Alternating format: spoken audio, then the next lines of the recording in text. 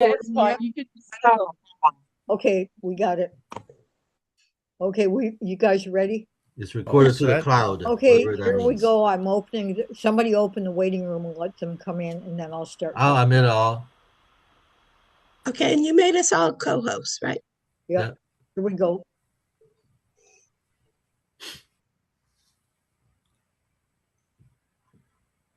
Hello, everybody. Okay, here Thank. we go, guys. Welcome. We are recording this. The entire thing will be recorded, and it will probably by the end of the day tomorrow be up on YouTube and divided up. So if you want to go, anybody wants to see a particular candidate, what they said, they'll be able to go right in on that, or you can watch the whole great meeting. Anyway, so this is our first endorsement meeting for the June primaries, and we may be having another one in a couple of weeks because we have people that didn't make the cut for tonight. We have 9 candidates. It's going to be really tight. Candidates will go for 5 minutes talking about their qualifications, why they're running, whatever they want to say. And then we'll have up to 3 questions. If you're a person asking a question, be on point about it. This isn't an opportunity for you to run on and on about something. Just be, you know, conscious of the time. Um, okay, I think that's about it. We're ready to get started. I'm going to turn this over to Mark Van Landet, who's going to kind of run the forum, and you'll get to meet a lot of us from our revolution. And here we go. Oh, thank you, Carol. Thank you, Carol Coyote, who's one of the co-founders of Our Revolution East Bay. Thank you, Susanna and Carol, for inviting me to moderate this forum, where essentially I'll be acting like a traffic cop to keep things on schedule. Thank you all for being here on this beautiful Sunday. Missing the Oscars at this moment, but this is sort of for political junkies. This is sort of our Oscars, so I think it's appropriate that you're here. And on this beautiful day, it doesn't seem like we're embroiled in a world war. And it doesn't seem like we're embroiled in a class war where it's billionaires versus human beings, which I really think that's what it is now. We're here in California, we're here in the Bay Area, where the weapons of that class war are being directly tested on the voting electorate. So I want to thank you all for being involved. Thanks to the folks on Zoom, thanks to the folks on the live stream, and thanks to the folks watching on YouTube and Facebook. Feel free to type in questions into the chat, and I'll try to make sure that they get to the candidates. So like Carol said, 5 minutes for a candidate statement, and for question and answer, 5 minutes or less, depending. And we will have members of Our Revolution East Bay introduce the candidates, and I'm going to introduce the first one. We're going to be talking about Congressional District 8. This is the district that extends from Fairfield to Antioch to San Pablo and Richmond, and it's currently held by John Garamendi. And our friend Sherry will be introducing the candidate we're hearing from. Sherry, go ahead. Thank you, Mark. And thank you again, everyone, for being here. I have a little bit of an allergy, so my rocky voice, hopefully you can understand. I met Nicola, and I hope I'm pronouncing it right, and I'm going to make him pronounce everything when I introduce him. Um, Showed up at my front door asking for my support as a delegate, which was very impressive to me. I don't usually get that. Um, he's a French American raised in Martinez. He has a strong background in international and national finance. Nicola knows firsthand the importance of changing the priorities in Washington to support the people and not the oligarchy, people over profits. Nicola is with us today to share his bold agenda for District 8. Nicola, please pronounce your full name before you start, as you start. No problem. My first name is Nicola. Sounds like Ricola the cough drop. So that's a Okay. good start. But my last name is Carjuzza, and I have no idea how to help you with that one. It is a unique name, but thank you, Sherry. That was such a nice introduction. And you did cover the basics. Should I start now and just give a little bit about Yes. what? Okay.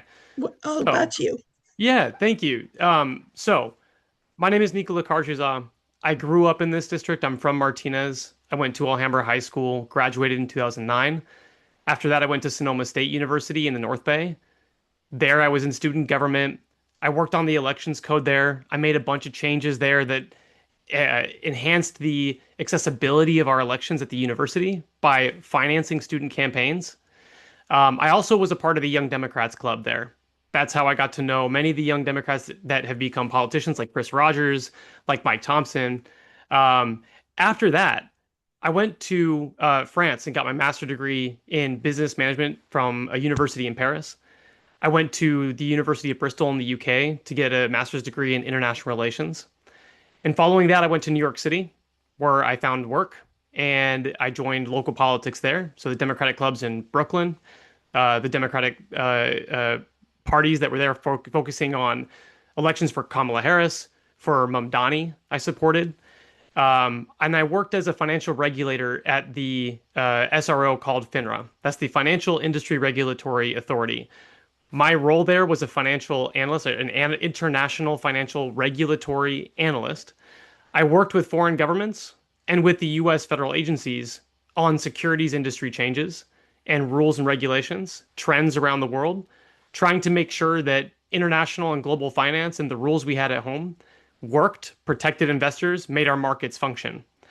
But I noticed in that experience that there were a lot of gaps in how those rules actually work.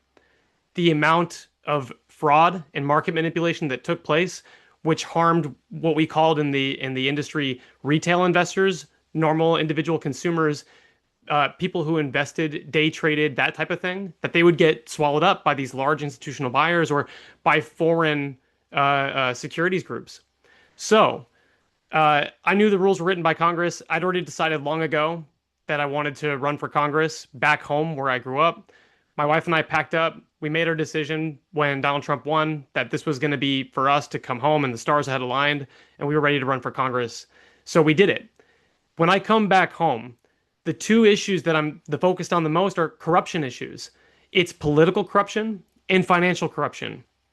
On the political side, I know this is a good crowd for it, but we know that Congress members shouldn't be stock trading. We know that Citizens United needs a constitutional amendment or minor fixes in transparency to improve how our elections and money is being used in them. But we also need to make sure that our regulatory agencies are more independent, that they don't rely on industries to make the rules that they use. And then the other thing is the financial component of corruption in our country, where things that are public goods are privatized. So our healthcare is privatized, our education is privatized, and our housing market is privatized. When we privatize public goods issues, we end up with market failures. We end up with people not being covered. We end up with universal coverage for healthcare not being possible, despite having the largest healthcare companies in the world. And we end up with housing that becomes increasingly unaffordable because it's supposed to be an investment for retirement. So I see the corruption issues as twofold, one political, one financial. The issues that I think affect our district the most right now, things like cost of living, things like housing, childcare, and energy costs, food costs. These are all market problems, but the government needs to get its hands in to regulate and to fix why these market failures aren't working. The last thing is California Forever, which is happening in Solano County. And the issue with California Forever is I call that a neo-feudal city. That's a giant waste of money that could be invested in our cities that need the investment, that need the business opportunity, that need the economic and social development. So I think it's insulting that this group of individuals thinks that not only can they hide who their investors were to begin with, and that they can get around the regulatory framework with CEQA by holding that county vote, they are trying to build a city that exploits its workers and anybody who lives there in order to extract a profit off of them. And again, we call that feudalism. That's as simple as it gets. So obviously more to talk about in 5 minutes, but thank you. And I'm really happy to answer any questions you guys have. Nicola, thank you so much for that. Susanna, you have your hand up. Go ahead. That's our Oscar playoff music right there, in tribute to the night. Very good. Hi, Susanna. Hi, sorry. I was like, how do I turn this timer off? I haven't used it in a while. I'm like, okay, all right, timer's officially off. Okay, so I have one question for you, and it goes back to the questionnaire. And you had mentioned Mamdani as a candidate that you fully supported. as I'm sure you figured out that any progressive candidate out there or organization is very much concerned about what is happening in Palestine. And when I read your question, it's very much Israel centered. Your response literally does not mention Palestine, Okay. or any of the Palestinian people's like rights or protections or whatever. So I was wondering if you could just expand upon what your thoughts are with the genocide in Palestine. I think we can all safely call it that at this point. And any potential like solution that you personally advocate for. Yeah, I mean, okay, so thank you. That's interesting. I didn't realize that I had written it that way. My focus is on justice for Palestinians. But I see the Israeli state as being the oppressor, and that's why I put my focus on that. The issue that I find is there is no dignity or respect for Palestinians as a people. They are recognized by much of the international community, but they are not recognized by the state of Israel. What I have seen in the West Bank is ethnic cleansing of Palestinians that mirrors the way that our government ethnically cleansed Native Americans all across the country. I believe that Palestinians deserve to have recognition in the international community. I believe they deserve at least statehood. My ideal solution would be a one-state solution. I like Ilan Pape's. I think I can say his name very wrongly. I'm so sorry, but I really appreciate his take on what has happened to Palestinians and what they deserve and what they need. It is a genocide in Gaza. It's ethnic cleansing in the West Bank. I have Palestinian Israeli friends who have explained to me that they're second-class citizens in Israel, and I believe them. But I think that the issue is it's a completely lopsided and asymmetric problem. So I think that we need to divest from Israel. We need to pull up our sleeves and address the friendship that we call with Israel. We need to acknowledge that we've been complicit and that we have a role to play in the way that we've funded that conflict. And so I think that there needs to be justice for Palestinians. That is the issue. Great. Thank you very much. That was a great response. Thank you for that. Any other questions? My concerns. Well, I have a question. So you're in this to win it? Yes.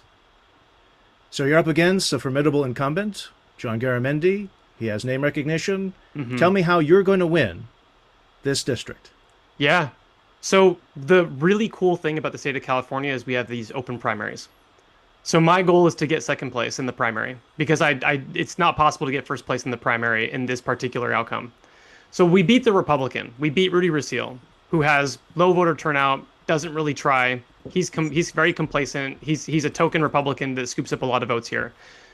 If we organize in our communities and pull up a lot of the progressive vote and a lot of the Democrats who are angry at their own party and angry at the establishment for being complacent, for not doing enough, for not being present physically at meetings and holding town halls, we deserve better representation.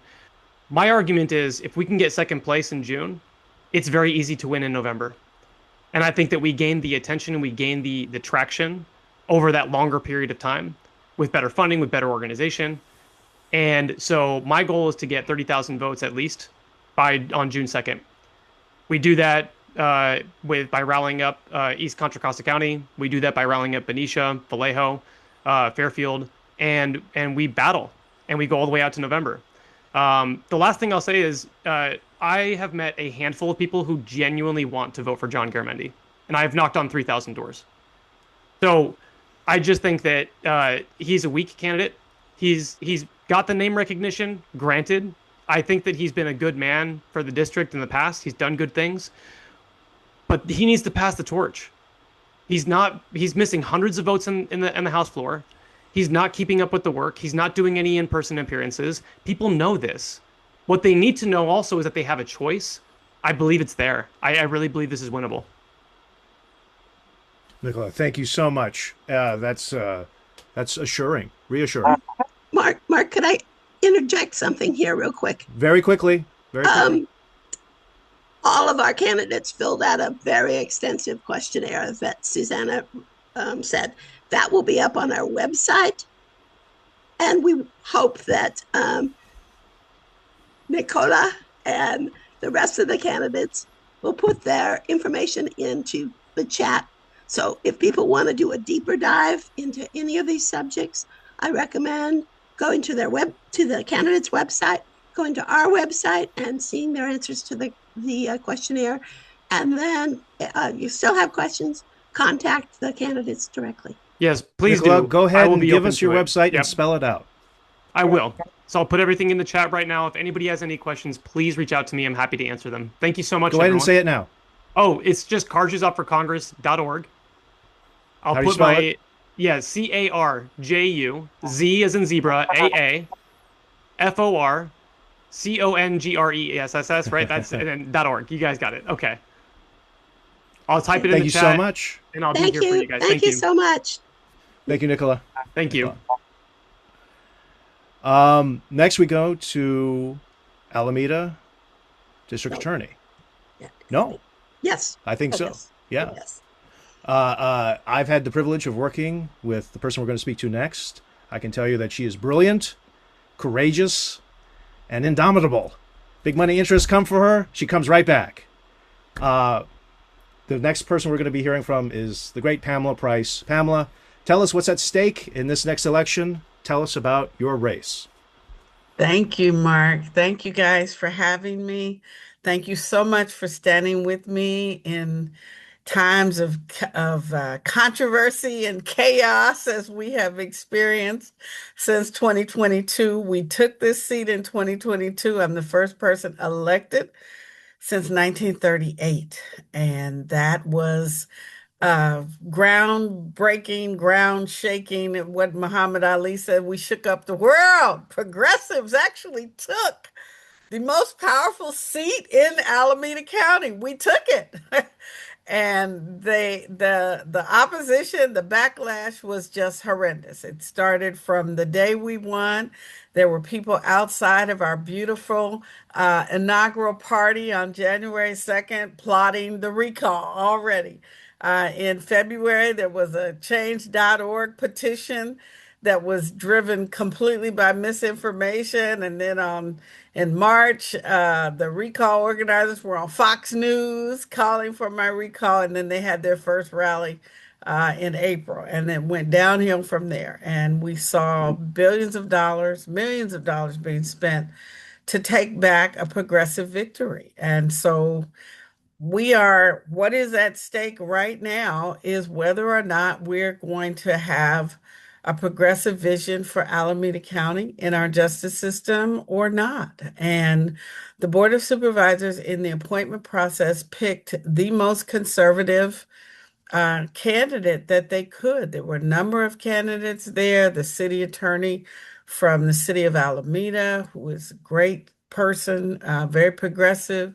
Venus Johnson, as you may recall, was also there. Great, not a progressive, but certainly a manager who had tons of management experience through her work in the DA's office and through the Attorney General's office. And the board picked the least qualified, most conservative candidate that they could, under threat of recall by the recallers, who were absolutely rabid in their insistence that they have their way. And what we really saw in 2024 was MAGA coming alive and taking a really strong position in Alameda County. And as I watched what happened, over the last year in the DA's office take place with the dismissal of significant consumer cases, just recently, Radius Recycling, the pollution plant down in West Oakland, formerly known as Schnitzer Steel, just had another fire. And we took that case to the grand jury, 5 weeks of testimony. The grand jury came back with an indictment. The court had to approve it. We had more than enough evidence to hold them accountable. And years of pollution and fires that had occurred, and yet the interim DA within a few weeks dismissed that case, saying there was no evidence. There's a pattern of dismissals, whether you're talking about Radius Recycling on the environmental front or the Stephen Taylor case, which is so egregious, what happened to Grandma Addie and that family, how they were disrespected. And clearly, There was so much evidence to support the prosecution of the San Leandro police officer who shot and killed Stephen Taylor. And yet the interim DA says, oh, we don't have enough evidence. It's rumored she's going to dismiss the Fong Tran case, which is a homicide detective out of Oakland. Probably the biggest scandal since the Celeste Guap case. It involved and implicated and ultimately resulted in discipline for many of the top brass of the Oakland Police Department. So we saw cases being dismissed at the sheriff's level. The sheriff has been raising money for the DA, and there's a timeline. You can see where the sheriff raises money, the DA dismisses cases. Vanetta Martin, Maurice Monk.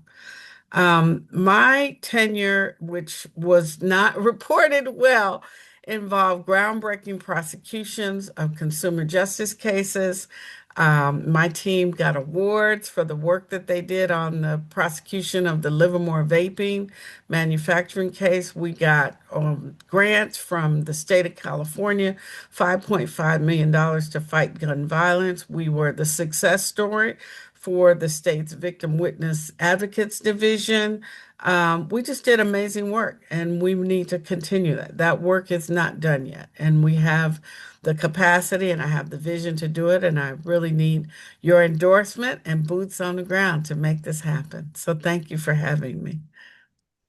Thank you, Pamela. Any questions? Any questions for Pamela? Pamela, what's different this time in terms of the campaign, in terms of outreach? What's different for you? Different from 24 or 22? Because we won in 22. I Yeah. presume you mean 24. What's different in 24? The mayor of Oakland is not being recalled. She is not on the ballot.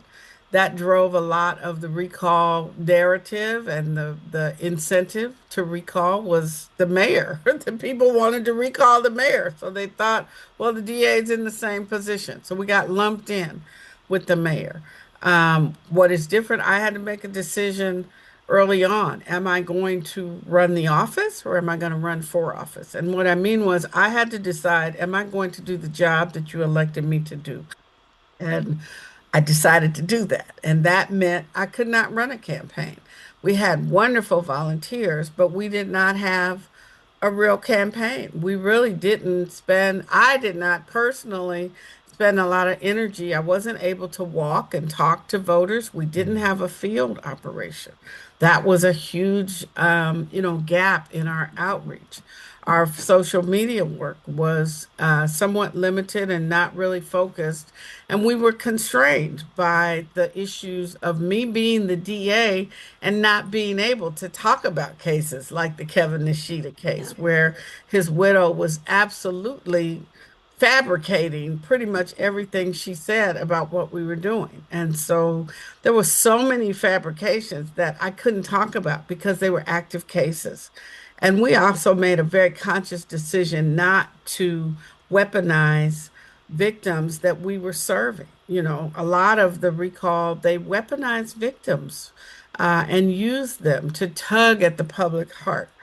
I didn't do that. I stood with the families of those homicide victims, but I did not, I didn't ask Addie Kitchen, can you please make a video ad for me? Or will you have a press conference saying what a great job we're doing to supporting you? I didn't ask the families that we were in fact helping to make, to go before the media. I have a little more leeway now. Addie Kitchen has endorsed me. Wanda Johnson has endorsed me. Lorraine Taylor, Franklin Taylor, she lost 2 sons to gun violence in East Oakland. She has endorsed me, and she's actively advocating for my reelection. So we have a lot more leeway now to talk to the public about what was actually going on in the office. Thank you for that. Any other questions? Any other questions? Pamela, you're well known to this group. I have. Go, Carol, go ahead. Yeah. Yeah. We have this fear, I do anyhow, that Trump is going to send a bunch of ICE people in here. When you're in office, how are you going to deal with that? Absolutely. That fear is well founded. We are one of the most diverse counties in the country. We have the largest Afghanistan population in this county. We have a huge population of Thai immigrants. I talked to a gentleman on Friday, this past Friday, or was it? No, Wednesday. He said he saw ICE kidnap somebody on the streets of Chinatown in Oakland. He saw it happen and he was traumatized by it. So we know that those things are going to happen. They're happening. We're seeing a surge in arrest in Northern California that's documented. And we're on Trump's hit list for sure. And fortunately, I am a member of the movement of progressive prosecutors that have banded together.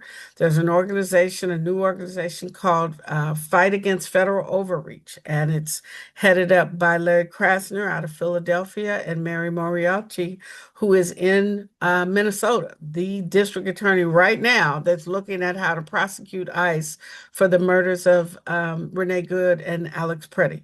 And they have collaborated. They've created this organization, which I will join on day one, to start strategizing what are the strategies, how do you prosecute federal agents, what can you prosecute them for.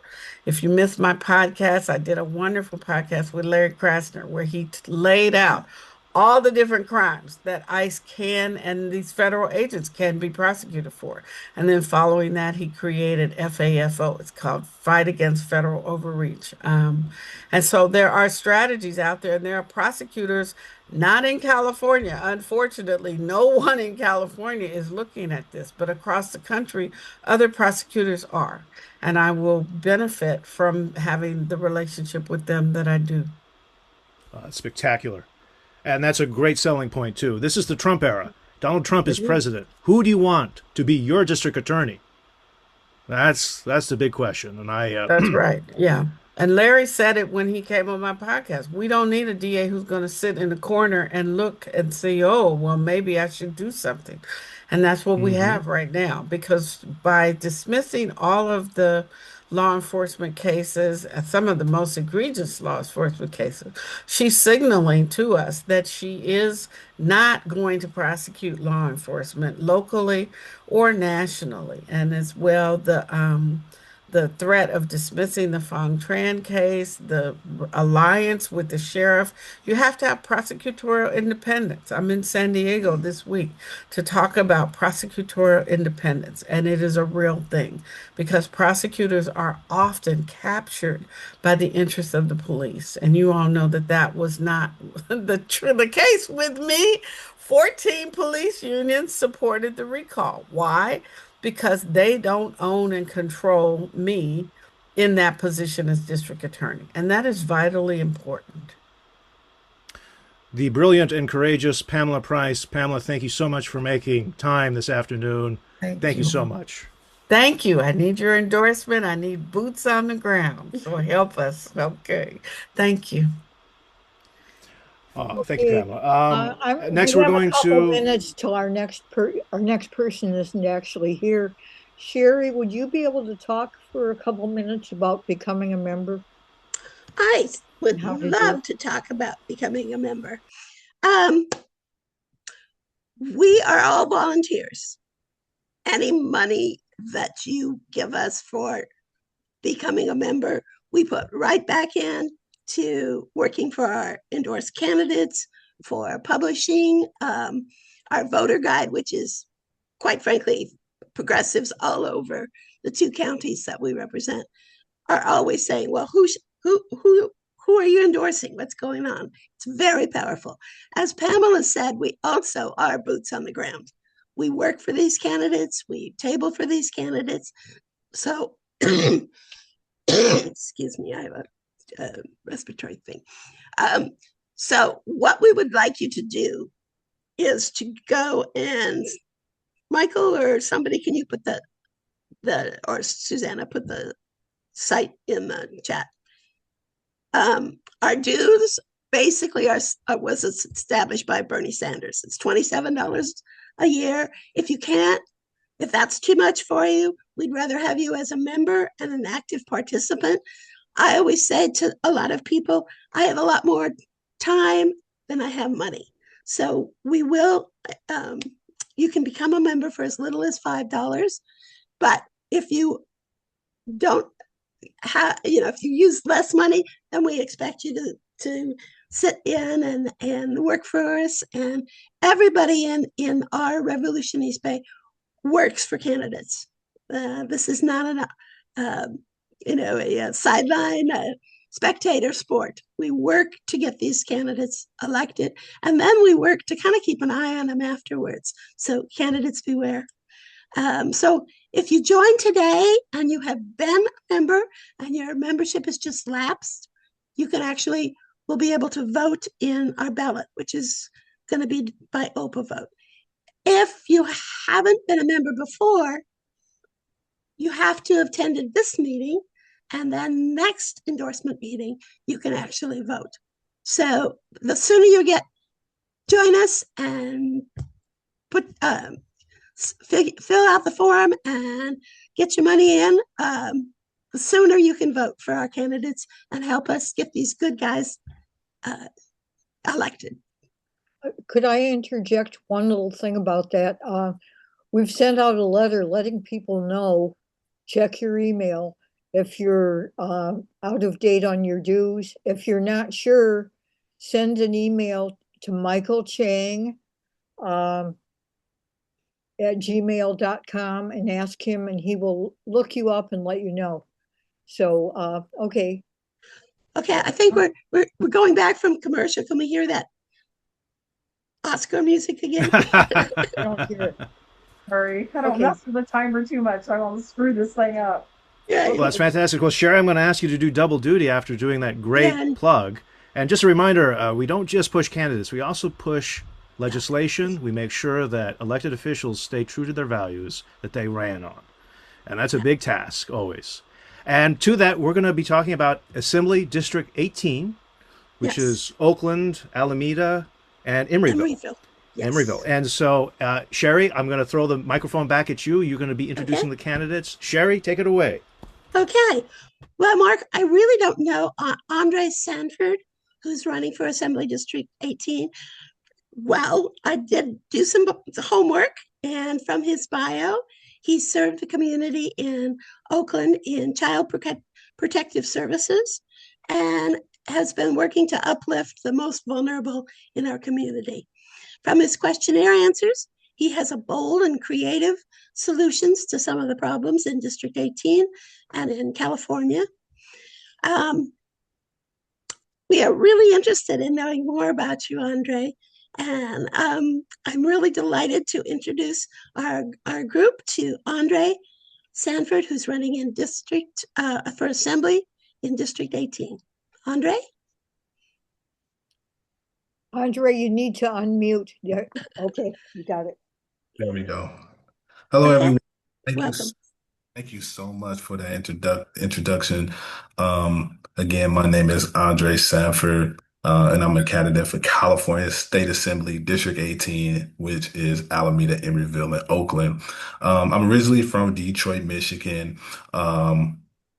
And I went to college at Jacksonville State University in Jacksonville, Alabama. There, I was able to attain my BA and my master's in behavioral science. Later, pursuing a career in social services, I worked in foster care, child protective services, transitional age youth, mental health, and also housing. I'm currently is the program director for one of the largest SRO agencies in the state of California. And so I just want to dive into like why I'm running. I'm running because I was raised by a single mother and we didn't have much money. We grew up poor, and like many families, we worked hard for everything we had. I saw what is was like when parents are doing their best, but still was struggling to pay bills. When they worry about rent, when they worry about food, when they worry about how they would take care of their kids, that experience shaped who I am. And today, I also one of those many people in our community who rents a home in District 18. So when we talk about rising rents and families being pushed out, this is not just policy to me, it is real life. Across Oakland, Alameda, and Emeryville, I met families facing these same struggles. They work hard, they raise their kids here, they give back to their communities, but many of them are worried about will they be able to stay. They worry about rising rent, they worry about healthcare costs, they worry about their kids being able to live here when they grow up. Too many people feel like the system is not working for them anymore. That is why I'm running. I'm running to fight for working families. I'm running to stand up for renters, homeowners, and I'm running to make sure our economy works for the people who keeps our every single day. Now let's talk about one of the biggest issues we are facing here in our district, which is housing. Across Oakland, Alameda, and Emeryville, families are being pushed out because rent keep going up. Housing should not be for profit. Housing is a basic need. That is why I'm supporting repealing the Coastal Hawkins Act so cities can create rent stronger rent protections. I support stronger protections for renters and rules that stop unfair evictions. And we need to build much more housing that stays affordable housing for long term. We must also stop large corporations from buying up homes and turning housing into an investment while families struggle to find a place to live. Homes should be for people, not for profit. But the cost of living problem goes beyond housing. Working people deserve a living. No one who works full time should still be living in poverty. We must raise wages, protect workers, and support the right to join a union. Healthcare is also a basic right. That's why I support universal single payer healthcare. So no one goes bankrupt because they're sick. We also need to invest in schools, childcare, and opportunities for young people so every child, no matter their zip code, has a fair chance to succeed. Here in District 18, we must also face environmental injustices. Communities near the port of Oakland, where I live, and major freeways have lived with bad air for too long. Too many children suffer from asthma and other health problems because of pollution. That is not right. Every family deserves clean air, clean water, and a healthy place to live. Now, let me say a few words about public safety. Every community deserves to feel safe, but real safety means more than just enforcement. It means investing in mental health care, youth programs, housing, and good jobs so we deal with the causes of crime. And when police are involved, the force must always be to de-escalate, accountability, and protecting life.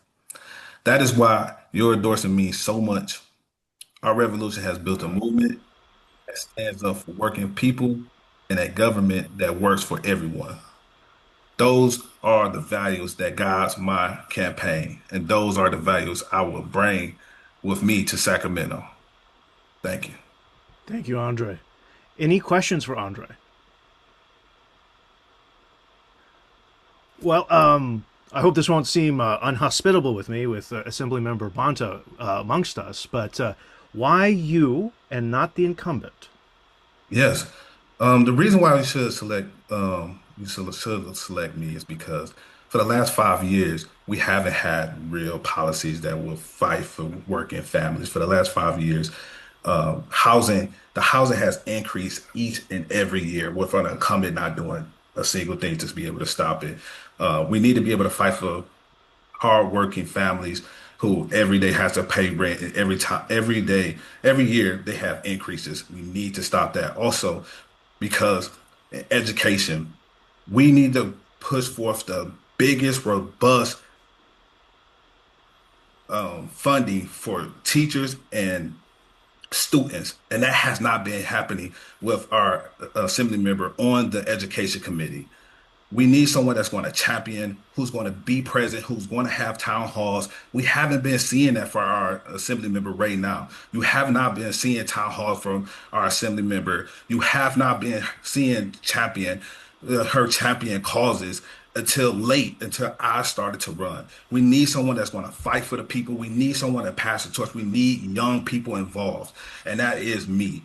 Our current assembly member has been sitting down by the wayside and enjoying of that seat, and we need someone that's going to fight, that's someone that's going to listen to the community, and I have been doing that for the last 4 years, and I will never stop doing that for once I'm elected. Thank you for that, Andre. I So, see our friend Carol council Coyote, member, Michael our T, I think I hear a Sherry voice Jones. in the back. Council member Preforce, pleasure to have you here. Go ahead and ask your question. Hear me. Andre, as council member, I went up to Richmond to speak on behalf of Mayor Eduardo Martinez when he was being attacked and questions of his recall became agendized. Um, you were there. Why? Because I mean, and the reason I'm speaking to you is because you would represent if you were to run the city of Emeryville. Why were you Loud there enough. when you could get like a lot of pressure and a lot of a lot of folks not supporting you because you were supporting um, the mayor in Richmond? Andre, I'm going to ventriloquize that question just because the audio was very difficult to hear for the council member. He was asking, you were present in Richmond during the hearing on Eduardo Martinez. Why were you, as someone who's running for Assembly District 18, there for Eduardo? Yes, I was there for the mayor just because no matter what position anyone has, you have to fight for oppressed people. And I love the fact that the mayor of Richmond has been fighting for oppressed people, not just in his city, but all over the world. And anybody who can stand up and fight, I'm going to be there and be able to support. Um, and so I will continue to support leaders, not just in District 18, but anywhere in California, anywhere in the world. Thank you for that. Any further questions? Andre, thank you so much for being here. Thank you. Appreciate that. Sherry, I'm going to hand it back to you to introduce the other person from Assembly District 18. Okay, thank you, Mark.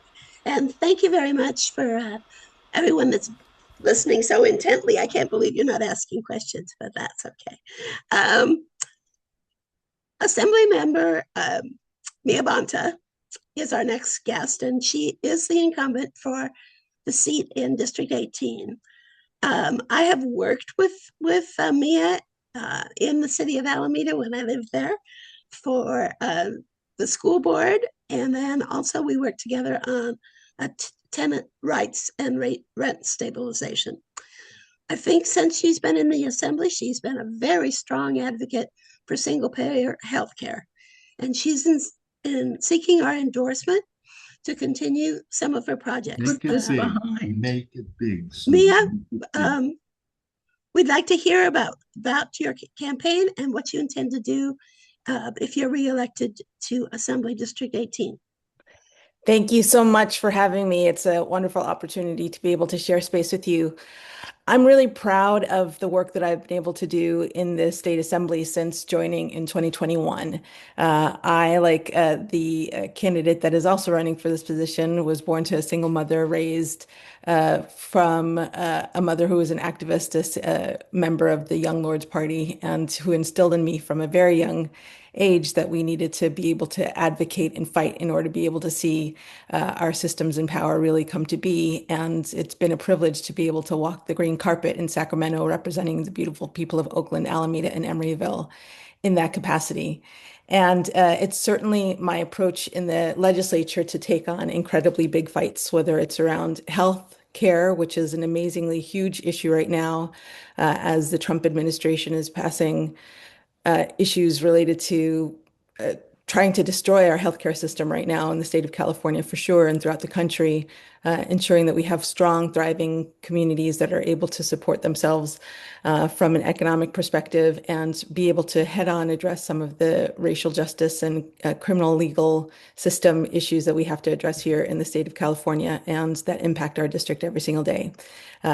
We know that housing and healthcare are the two primary issues of concern for many people that live in our district, along with childcare and our ability to be able to support every single person and be able to have a job that allows them to be thriving and successful. In my time in the legislature, I've worked on and passed legislation that has focused on social housing, keeping corporations out of our house, keeping corporations not being able to buy housing whole cloth and keep people, everyday people from buying homes.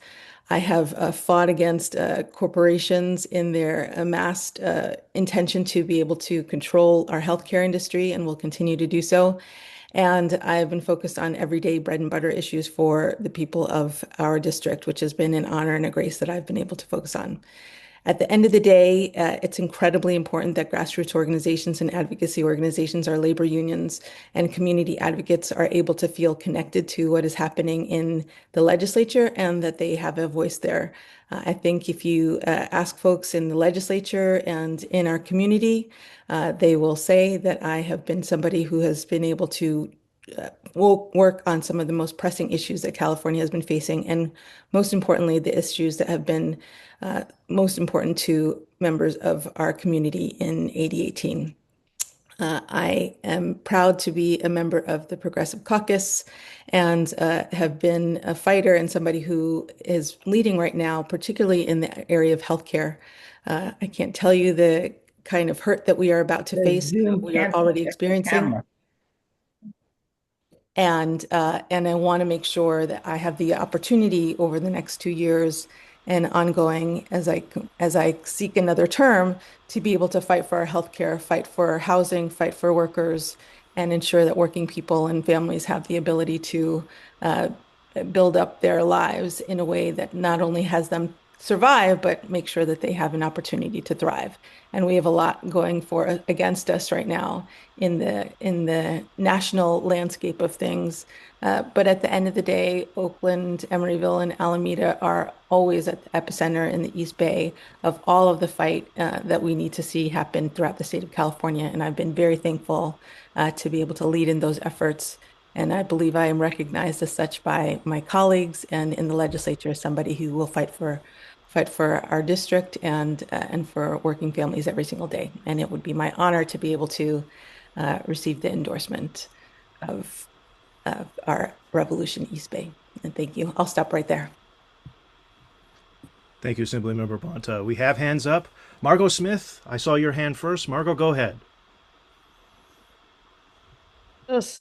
What is your position on the legislation proposed by Scott Wiener, like SB 79 and SB 69, which provides market rate housing anywhere in our neighborhoods?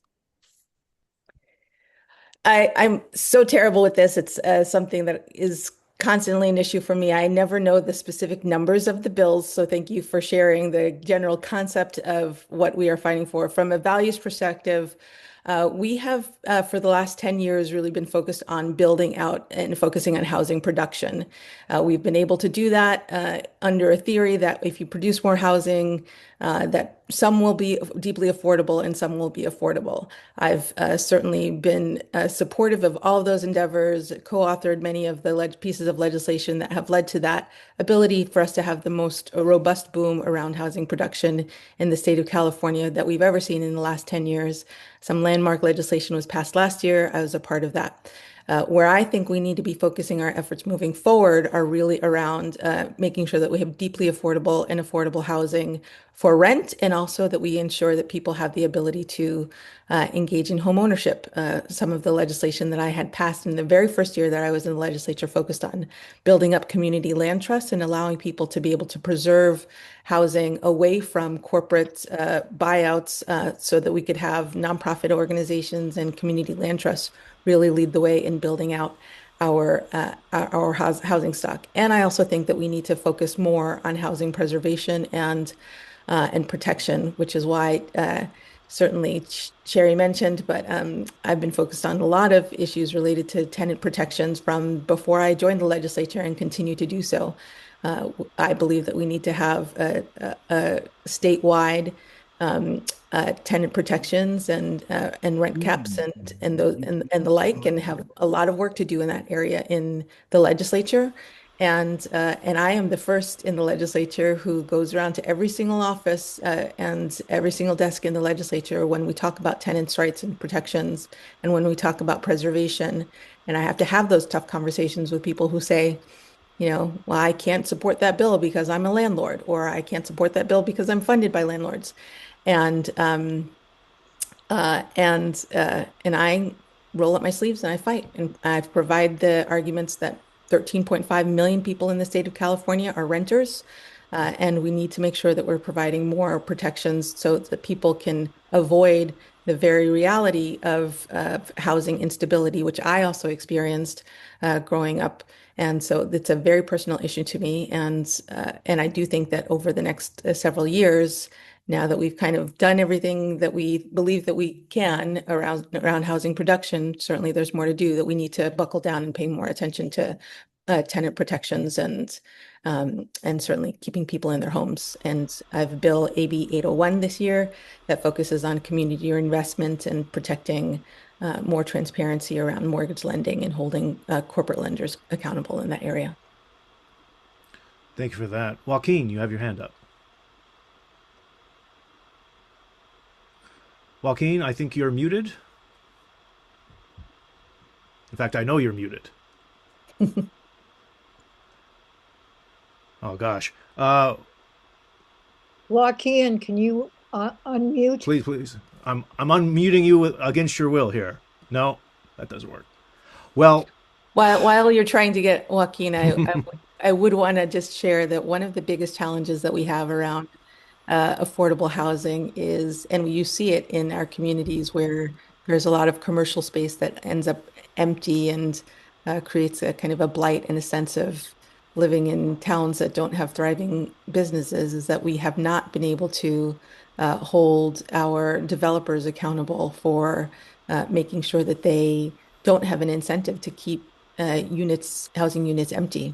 There's so much housing that's sitting unoccupied and available because it's more affordable for landlords to have a space, be both commercial and residential, be left empty instead of having that be full, because they don't want to discount the rent to something that is more affordable. And we will continue to see that be a challenge until we're willing to take that on. Thank you for that. I'm going to abuse my privilege and ask you, Assemblymember Bonta, number one, thank you for forwarding the environmental priorities that you have. Healthcare, it's something that everybody is talking about right now. California has the ability to do some amazing things and really be a leader. What pathway, what's the journey for single payer in California right now? The journey for single payer, and I'll answer this question, apologize for going over time. The journey for single payer really is a fewfold. One is that we need to elect a governor who's willing to fight for single payer. And true, I'm proud to have endorsed Tom Steyer for governor because he has indicated that he's going to fight for single payer. The second is that we need to create a pathway and recognize that the federal government has a part in being able to allow us to waive towards providing single payer healthcare for everybody. It's a very, very tough federal climate right now. The third is that we need to make sure that we are offering and providing universal health care to as many people as possible. California experienced the lowest uninsurable rates as we ever have, with 94% of people actually being insured in some capacity, at least on paper. And now with HR 1 and the incredible cuts that are coming for Medi-Cal and Medicare, and the unwillingness to change the premiums or to provide the tax credits for premiums, people will be experiencing 2, 3, even 4 times the cost of healthcare premiums that they have in the past. So I'm focused right now, after doing 6 roundtables across the state, in the East Bay included, in terms of town halls, and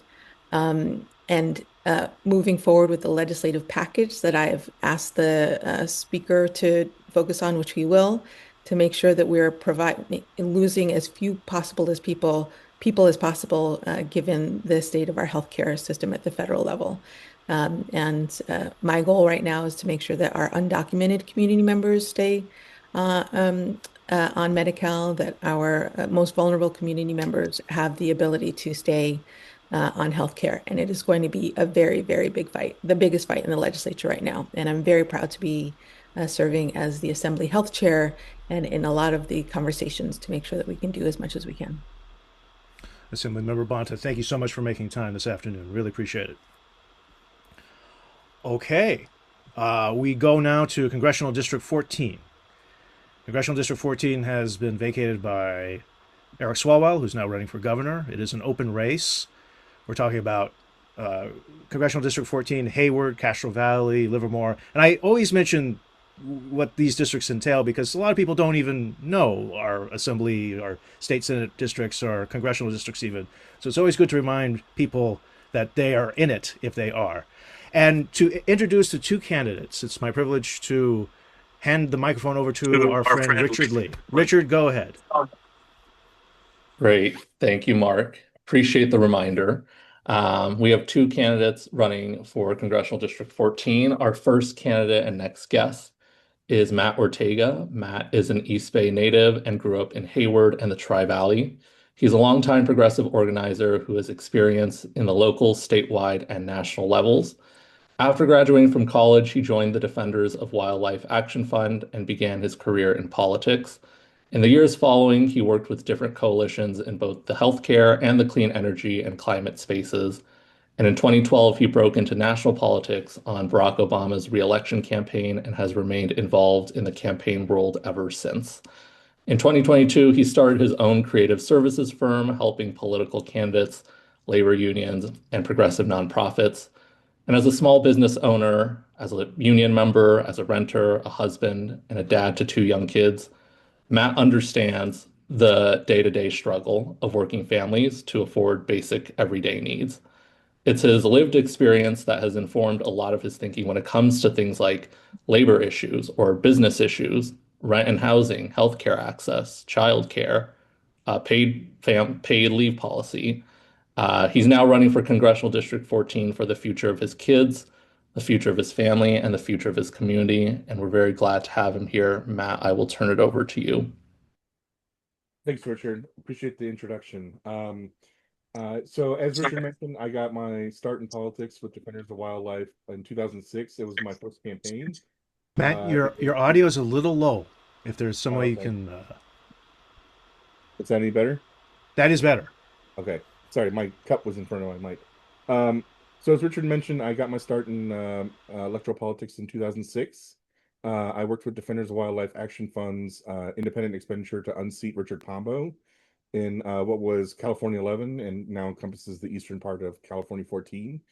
We were based in Pleasanton, and that was my first kind of shot at working on campaigns, and I got the campaign bug. I worked on healthcare during Schwarzenegger's Year of Health Reform with SEIU and Health Access, based out of Oakland during 2007. And I moved on to the DNC in 2008 to work under Governor Howard Dean's chairmanship for the 2008 cycle to elect Barack Obama. And from there, turns out working in digital consulting was much more gainful employment in DC than anywhere else at the time. So I ended up sticking around for over a decade, where I worked with labor unions on healthcare, minimum wage. We fought to get Janet Yellen on as Fed chair in 2014 with AFL, and also served as a digital director for a clean energy and climate coalition that brought together labor unions and environmental groups, which aren't always on the same page on issues, as well as veterans and national security folks, who brought a kind of, at the time, a new perspective on climate change as a national security imperative. This is right before the Obama administration adopted and moved the Defense Department towards using renewables as part of our defense and foreign policy strategy. And from there, I worked on Hillary Clinton's presidential campaign in the primary. After the primary, I went back to DC as a consultant, where I moved on to Middle Seat, which made its name working with AOC on her first primary. We raised about $80 some odd million in a quarter for Beto's run against Ted Cruz. where at the time I was the lead developer on a project for candidates. So I worked with a number of different candidates across our client base, including Rashida Tlaib, Yana Presley, John Fetterman before he became what he is now. And when I moved on to my own firm, my first client in the electoral space was Barbara Lee's Senate campaign, where I worked on her Senate website. And since then, I've worked with Democratic candidates across the country. Notably, I worked with a lot of candidates in Texas. I work with a group that recruits first-time candidates. So I do a lot of branding and design and web development for them, for their candidates to get them professional presences for local races, which is something I wanted to do when I started on my own. And in that time working for myself, it's given me a little bit more ability to kind of get involved more after 2014 or 2024, that is. Obviously, I was very upset about the direction of the country. And over the course of 2025, I think it was a worst case scenario in terms of how this administration has played out. As Richard mentioned, I have two sons. They both have autism.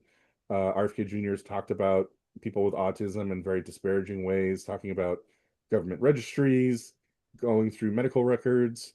And it's one of those things where your kind of instincts as a father kind of step in and say, I need to protect my children. In addition to that, healthcare, housing, childcare, these are all things that we have had to deal with and make tough decisions on, despite having good paying jobs. And understanding that there's people who make less money than we do have somehow have to make those ends meet, who don't have the flexibility of working from home to be able to keep a child home. So a lot of those things kind of compelled me that to get in this race with an open seat and a number of candidates running, I kind of understood that that presented an opportunity for someone who is not a politician, who is, but at the same time has natural political experience. I believe I'm one of the only candidates who has a lot of deep experience working with Congress on issues to pass legislation, as well as the political fights that come with it. So that was a big reason why I decided to get in this race. Thank you, Matt, for that. We're going to go to Q&A. Matt, if you can get even closer to your microphone, that would be fantastic. Any questions for Matt? Shy crowd. Well, Matt, there's a lot of candidates. Oh, Margot Smith has a question. Margot, go ahead. Yeah, what is your position on housing legislation? So I am definitely on the side of we need to build more housing. If you look at different estimates that have been published, we have a housing inventory shortfall of anywhere from 2.5 to 6.5 million homes. Out here in the Bay Area, there were entire communities that didn't build any housing and for an entire decade in the 90s. I know Oakland, for instance, where my grandmother lived and I was partially raised. There was no new housing built in pretty much the entire 90s decade. And so that's created this shortfall that, creates this expensive market for housing. In addition to that, we need to help people get into a home with down payment assistance. Kamala Harris had a plan around $20,000 for folks, especially for first-time home buyers, to be able to buy a home. I think we need to do that and more. There's a lot of folks like me and my wife who, like I said, both make good money, but that first hump of putting down a large large amount of cash to buy a home is a huge impediment. And I've talked to a lot of friends of mine who live in the Bay Area who, over the last 5 to 10 years have tried to buy a home, and they would be one of 50, 60 bids on a house, often up against LLCs and private equity who are buying homes to rent out or flip and sell for even higher amounts, which is another issue that we need to tackle in terms of restricting the ownership by private equity and LLCs. That's something that we've seen start to be clawed back over the last several years in terms of restricting Airbnbs rather than actual homes that families live in. In addition to that, I think Donald Trump's tariffs are a huge problem. The erratic nature of them is an issue, but also just placing tariffs on where we get a lot of our housing construction materials. For instance, timber from Canada There's a lot of components that get manufactured overseas that right now are under a global 15% tariff since the Supreme Court weighed in on that. And then also, I think the federal government needs to work with state and local communities about streamlining the permit process and the environmental reviews, not to reduce labor or environmental protections, but in California, it takes almost 2 years longer to build housing than it does in other states, including Colorado and Texas. And we've seen from data in these towns of, Austin and in Florida and elsewhere, when you build housing, rents come down. And when you can get families, Not in the Bay Area. I'm sorry? Rents don't come down in the Bay Area when you build housing. That's true of other places, but not here. We need to build housing for low income people, and we're not getting it. Yes. All the housing we need to build includes affordable housing, sustainable housing. That doesn't work either. You know that. I'm gonna have to respectfully disagree with you on that one. I think that there's a lot of places that where I see, even in my own community, where there could be an apartment complex in a very heavily trafficked area that is an empty lot right now, that is walkable to retail, to shopping, to groceries.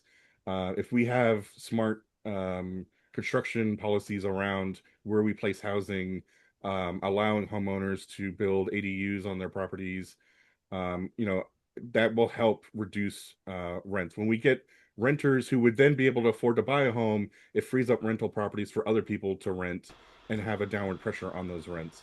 This is a long-term project. It's not something that we're going to solve in 2 years or 4 years. This 2.5 million to 6.5 million housing shortfall is something that is built up over many years, and it's a long-term project. And I'm certainly more than happy to sit down and talk to folks about different strategies that they believe we need to take in hand. But just from my own experience of seeing full-on empty lots that have been empty for who knows how many years, where apartments could be constructed near retail and groceries and close to freeways and close to mass transit, we can help reduce rents by creating more places to live. Thank you, Margaret, for that question. Matt, in 20 seconds, this race has, I think, 7 other Democratic candidates. Why you? Well, I think for me, like I said, I'm one of the only candidates I think that has a lot of deep national political experience, working on national issues, contending with the Republicans, who have only gotten worse over the years have come, and has also taken arrows from them since I was 22. They've been going after me when I was a blogger with the Netroots in the Bush years, and all the way through when Pete Hegseth attacked me on Fox News in the first Trump administration. I've been in those fights, and I don't shrink from them either. Thank you, Matt. Thank you, Matt, for being here. Richard, back to you to introduce the other candidate for this district. Great. Thanks, Mark, and thanks, Matt, for being here. Our next guest, and also a candidate for Congressional District 14, is Dr. Aisha Wahab. In many ways, Aisha was born into and understood very early on how politics, government, and advocacy impact everyday life in our communities. She grew up in the foster care system and experienced firsthand how systemic injustices and inequities affect people. At 9 years old, she was adopted by a family in Fremont and built a life in the East Bay, fighting for folks who, like her, needed a voice to advocate for them. She went to school, received a doctorate in social work, and served on various commissions and nonprofit boards before she was elected to the Hayward City Council in 2018 as the first Afghan American woman to public office in the country. 4 years later, she made history again as the first Afghan American elected to the California State Legislature, where she has been, as we know, a fearless fighter for civil rights protections, renter protections, corporate accountability, and everyday folks in every community. We know she's taken a lot of heat from the billionaire class and special interests over the course of her career, but Aisha has always known what she stands for and has been unapologetic in her advocacy. She's now running for Congress on a platform that puts people first, tackles the real issues, and fights for real change against the status quo. Aisha, I will turn it over to you.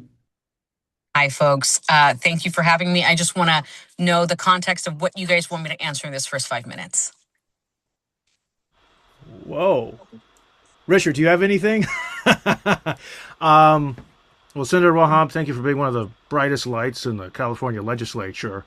I think we're very concerned about healthcare, is what's being talked about a lot. And also your priorities when you get into Congress. What's your vision? Perfect. Thank you. Well, first, I didn't want to spend time introducing myself because Richard did a great job there. I think many of you guys know me just locally. I obviously was on Hayward City Council. I have been a part of Our Revolution. I've been very honored to be endorsed by Our Revolution in the past for both of my elections. And here's the thing, I have always fought for the most vulnerable community member. And the reason for that is obviously because I grew up as a vulnerable community member. I know what it means to be unseen, unheard, disrespected, disregarded. And I think that the American people at large are being treated that way right now by this administration. And in the state legislature, and I just want to give this for context for what I want to do in Congress. I have pushed bills that prioritize human beings first and foremost. And examples I will give is SB 399 that chips away at Citizens United by not allowing corporations to talk about politics and religion to their employees in a captive audience, right? To sway elections the way we have seen giants like Uber and so many other corporations do. I have pushed bills like a civil rights bill. More specifically, SB 403 regarding caste discrimination that we see here in the Bay Area. And the bill was written to ensure that whether you're upper caste or lower caste, you will not be discriminated against. And sadly, that was vetoed by the governor. But we have continued to work for the rights of all people to be treated here equally. I have also ensured, and these are bills that have been signed, that we cap insulin at $35 for a 30-day supply. And the reason why that was so important to me is because my father, before the Affordable Care Act, he was a self-employed man. He realized he had diabetes and he was trying to get better insurance at the time. Because he let it lapse for roughly a week or two, he ended up being uninsurable, even though he just found out from his previous insurance company and the doctors that he has diabetes. We ended up with him not having insurance until the Affordable Care Act kicked in. And so that was a piece of legislation that I fully support. And with my father being on dialysis for so many years and then eventually a kidney transplant, I know how important it is to have these life-saving drugs available readily. We also ensured that we have $11 insulin pens because diabetes is literally one of the most common illnesses that most Americans face. HR 1 guts almost everything we care about. All of the social services, the food stamps, HUD, even with housing, as well as healthcare, impacts our local counties so significantly, roughly $6 to $9 billion of a hit in our county systems. These are our safety net hospitals. I have worked and advocated so significantly to ensure, one, that they have distressed hospital loans, St. Rose being one of them. Number two is making sure those loans are forgiven. Now, what we are going to see is the average American struggle. And I say this often because housing is also one of my biggest priorities. In California, I pushed for limits on HOA fines. I pushed for a down payment assistance program. I pushed for more accountability from landlords and more insight on what they are doing. I want to be very clear about this. We have so many fights at the federal level. And yes, the rest of the country is not California, but California had a long way to go as well. So I wholeheartedly believe in housing at all income levels. The fact that our fastest growing homeless demographic is our seniors and our fastest demographic of individuals going back into the workforce is our seniors as well. And right now, I give this example. If you go to your Denny's and your IHOP and so forth, take a look at who serves you. They are playing this very, very dangerous game of earning enough money so that they can live here and at the same time make sure that their Social Security is not cut. That is a dangerous gamble that no American, no retired American should play, let alone those individuals at the most vulnerable that are on food stamps and much more. The fact that now under HR 1, they have to apply 2 times a year, every 6 months. And if a slight lapse happens, they are without the safety nets that we should be providing all Americans. Let alone, I am the author of also banning the masks for what we have seen in LA and potentially even in the Bay, right? These are the rights that I care about, is 1, protecting human rights across the board. 2, making sure that we provide the social safety nets that make the United States the best country in the world.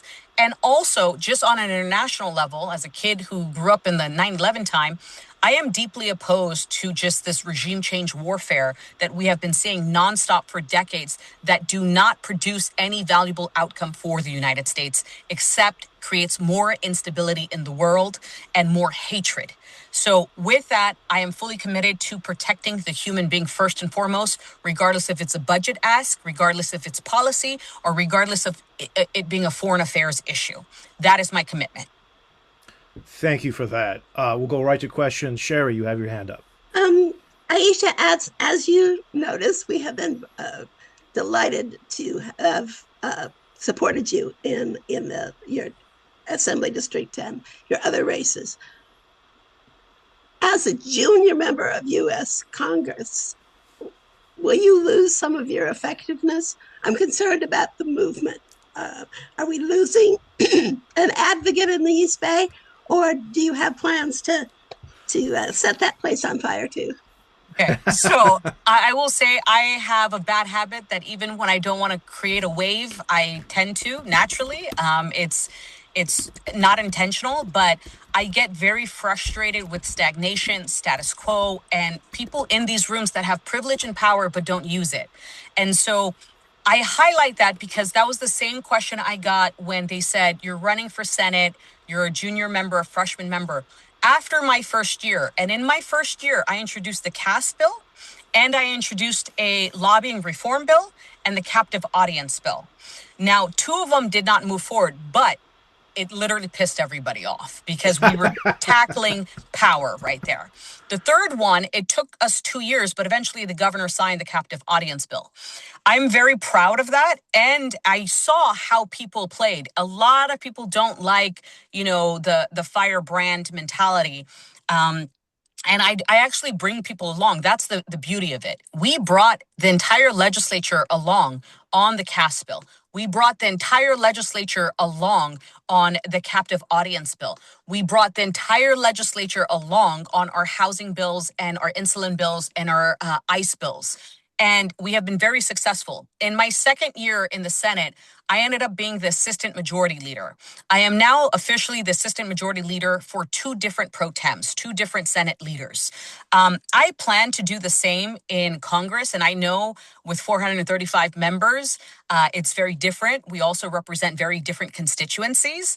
My commitment in California and in DC is this. Number 1, we push the California delegation. We have one of the largest delegations in the United States of the 435 Congress members, but we have also seen a stagnation in pushing this country forward, right? I plan to really push that forward. And the other individuals that are also running or freshmen or want to be in Congress also feel the same. So I think that there is a commitment and a coalition there. Number 2 is also being able to speak about the issues. Now, in 2025, I believe, I had 16 bills signed by the governor, 11 bipartisan. You know what's funny is even my dental bill, the bill that said Medi-Cal needs to provide dental implants for our seniors, that bill was bipartisan. And typically you don't think that Republicans want to support an expansion of Medi-Cal.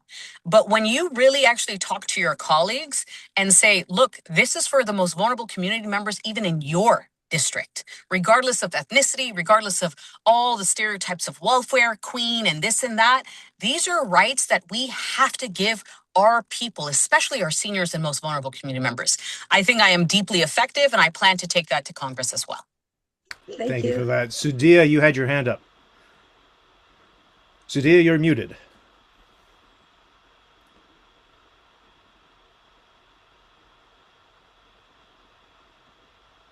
It looks like you're unmuting. Okay. There you are. Is it okay now? We can hear you. Okay. I had this for the last person too, but I also have it for you. We talk about housing and how there's a lack of housing, especially low income housing. I don't know how many of you live in Berkeley or have been through Berkeley, but in Berkeley there's so many tall houses going up, and a lot of them are empty. You can almost see through the windows that there's empty. So I'm wondering who's in charge of this. Were they only built for student housing, or can certain decisions be made to take a certain percentage of them and turn them over to people who really need them? Definitely. So I actually appreciate this question, and I want to say I'm a renter, and I was the only renter in the Senate when I first joined the Senate.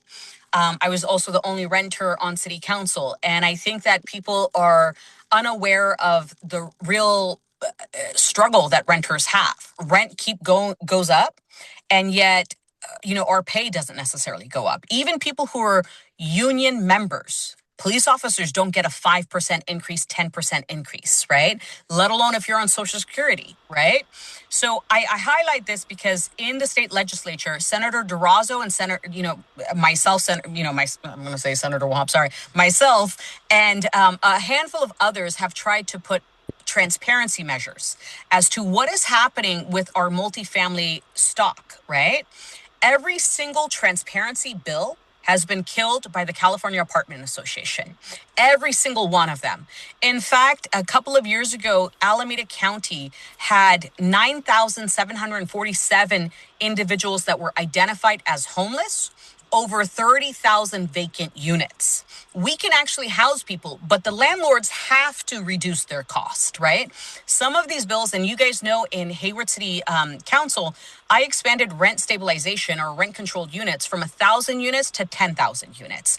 And people came up to me and said, Aisha, I can feel like I can live in my unit a little bit longer just because I know what the rent is going to be next year.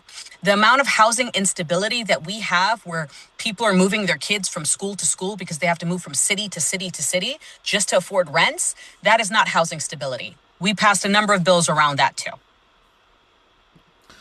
Senator Wahab, thank you so much for making time this afternoon, and thank you for what you're doing. I feel bad because there's a guy named Matthew who has his hand up. Matthew, make it quick. Matthew, if you can, go for it. Matthew, if you're there. He's Can you hear me? Can you hear me now? Yes. We can hear you. We can hear you. Go for it. Thank you, Senator Wahab, so much for calling on me. I have a question, and it somewhat has to do with your position as Senate Housing Committee Chair, but as a Congresswoman, you would have some jurisdiction over it. One thing we've been running into at UC Berkeley is basically the dorms that are owned and run by the university are like a slumlord condition. I'm actually calling from a Berkeley Tenants Union meeting right now. And it's a problem. The city can't do anything because it's a state agency. So we have just stuff like students not having hot water and stuff. Would love to know how you would use your position as a Congresswoman and or as chair of the Senate Housing Committee to address the issue, because it's just been really awful that it affects students from every congressional district, because students from every congressional district in California are going to UC Berkeley. Definitely. So first and foremost, I'm now the chair of business professions and economic development. I will say that my tenure as chair of housing obviously upset the real estate industry because of my views on really forcing developers to create affordable housing, not just removing every single law and protection that we had so they can develop and pocket the savings, because the savings never translated to the renter or the homeowner. And I do believe in home ownership. With that said, there's a couple of things. Number one, you could always reach out to our office. We want to actually help on these issues. We can speak to whichever state agency and bring the attention that you guys deserve. But I will also say the real estate industry has a stronghold on every elected official. Even those that talk about housing, they push talking points that are industry favored, meaning let's develop, and it's because of the lack of development. No, there's a lack of accountability for the developer and the landlord, right? That is what we are are seeing. So our increase in homelessness is literally because we are not holding the landlords accountable, just I saw said in the vacant units. With that said, the students are like literally used and abused in so many ways. We have a bill this year that is very specific.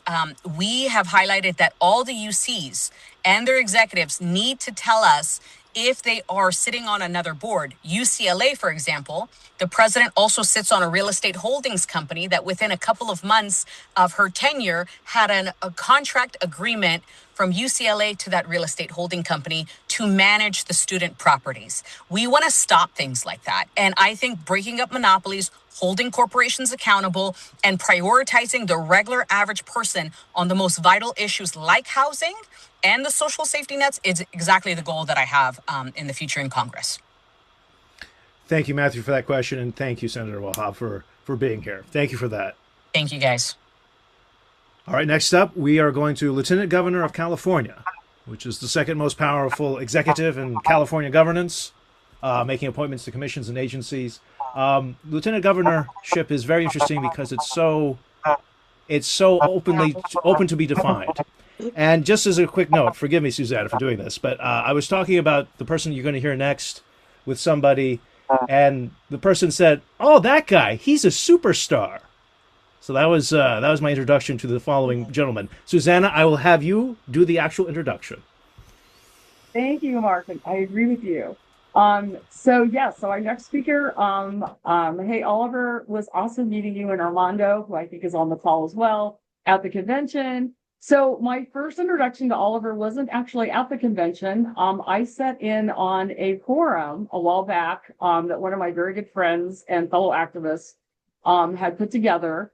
And he was talking about the parallels between the rising fascism in the United States, everything that we're seeing with ICE and all of the atrocities towards immigrants and citizens that are going on, and made that connection with what's happening in Palestine currently.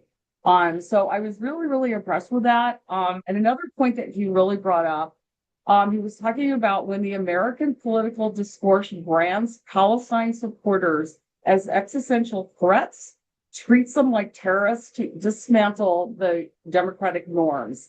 I thought that was really profound, made me start thinking a lot.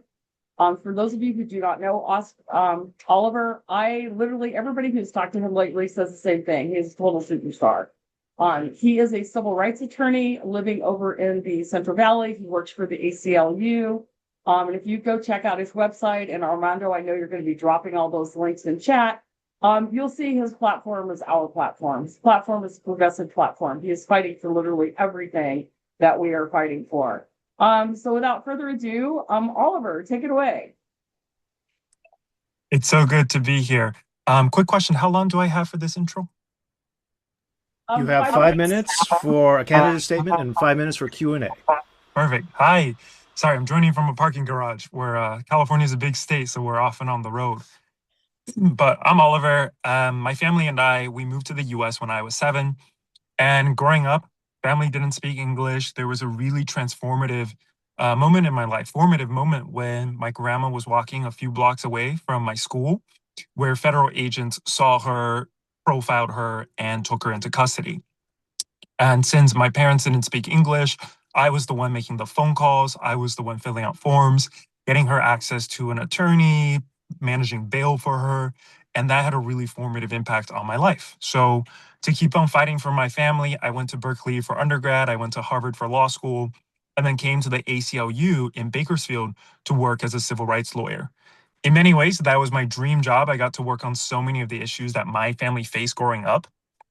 But last year, when Trump took office, as you can probably guess, a lot of things changed. The very first immigration raid in the whole country was in Bakersfield. They rounded up hundreds of farm workers. And so at the ACLU, we sue and we actually win.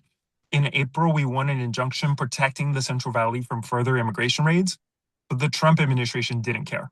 For them, an order from a federal judge was like a sheet of paper. And it really showed me that the courts cannot be relied on to protect our people, and California has to step up. And so the California Lieutenant Governor is president of the California State Senate, where I would be able to co-sponsor legislation. And I want to fight for 3 legislation in particular. The first is to shut down these for-profit ICE prisons that force the people inside to work for $1 a day. The second is to hold ICE agents accountable when they break the law, when they trespass, or when they're doing things like shooting moms and nurses and legal observers. And lastly, I want to fund our volunteer rapid response networks that are doing so much to protect immigrant families across the state. Our lieutenant governor is also chairs the state commission on economic development. So it would be my job to advise the governor and the legislature on what California's economy needs to keep growing. And for me, housing is absolutely at the top of that list. I heard you all talk about housing in Berkeley. Funny story, when I was in Berkeley, I lived up in an attic. And every time the city's health inspector came to inspect my building, I would have to pull my ladder up because people were not allowed to live where I was living. And so before the ACLU, I did 2 years of eviction defense. So I represented working families against their slumlords. I organized tenant unions. I organized rent strikes. And so fighting for housing justice is my absolute priority. It does take building more affordable housing. It does take protecting tenants better, but it also takes taking on these corporate landlords who are buying up entire neighborhoods. I think homes should be for people to live in and not for giant private equity companies to invest in, right? We heard about all of these units in Berkeley that are empty. And the reason they're empty is because companies are treating them like commodities and not for places for people to live in. Lastly, the lieutenant governor is on the UC Board of Regents, and I want to make our public universities tuition free. I want to make housing more affordable for students, and I want to divest our universities from genocide and apartheid in Palestine. Our tax dollars are much better used investing in kids here in California instead of bombing kids in Palestine or in Iran. We like to think of ourselves as the underdogs, but we've had some very exciting developments in our race recently. We were always afraid that the California Democratic Party would endorse one of the establishment politicians who had been in office for a long time. But at the convention, the state party declined to endorse anybody. So the race is really wide open, and it will be the candidate who has the most grassroots support that end up winning this race. And that is absolutely my campaign. We're not taking any corporate PAC money, and that's served us really well because that's allowed us to speak with a lot of power. On social media, we're at almost 300,000 followers on TikTok and Instagram. That helps us reach more than 1 million people every single week. And it's allowed us to raise hundreds of thousands of grassroots dollars, and it's allowed us to register thousands of volunteers. We are training our volunteers to build power. We're training them to get involved in their communities. We're training them to organize, to hopefully leave behind a lasting structure for progressive power in our state. We recently got endorsed by the United Auto Workers, who represent 50,000 workers on our UC campuses. And earlier this month, I became the first candidate to be endorsed by the California DSA since Bernie Sanders in 2020. Those are the guys that pushed Zoran to victory in New York City, and we're hoping to do the same thing here in California and build a state where housing is cheap, where healthcare is free, where immigrants are safe, and where Palestine is free. And I hope to get your support in this journey. Oliver, thank you for that. Let's go to questions. Questions from anybody? Well, Superstar, you said the grassroots campaign that's going to take to win. I mean, I think there's like 12 candidates in the race, or something around there. How are you going to make it so everyone knows your name when they have that ballot in their hands? Yeah, that's great. On social media, like I said, we're reaching between 1 to 2 million views every single week. So we're getting the message out there more than any other campaign. But social media is not everything. Social media doesn't allow us to build power. It gets attention. And so what we're doing that I really enjoy is turning that attention into building power. We're using social media to register volunteers who can though go into their communities, represent our campaign, represent our values, and campaign for us in the communities they have roots in.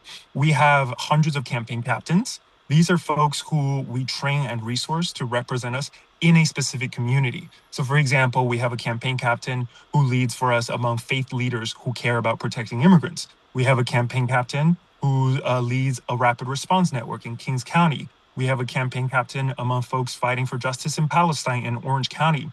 It's all these people that we challenge and resource and elevate to campaign for us in specific communities. That's how we're going to build power to across the state.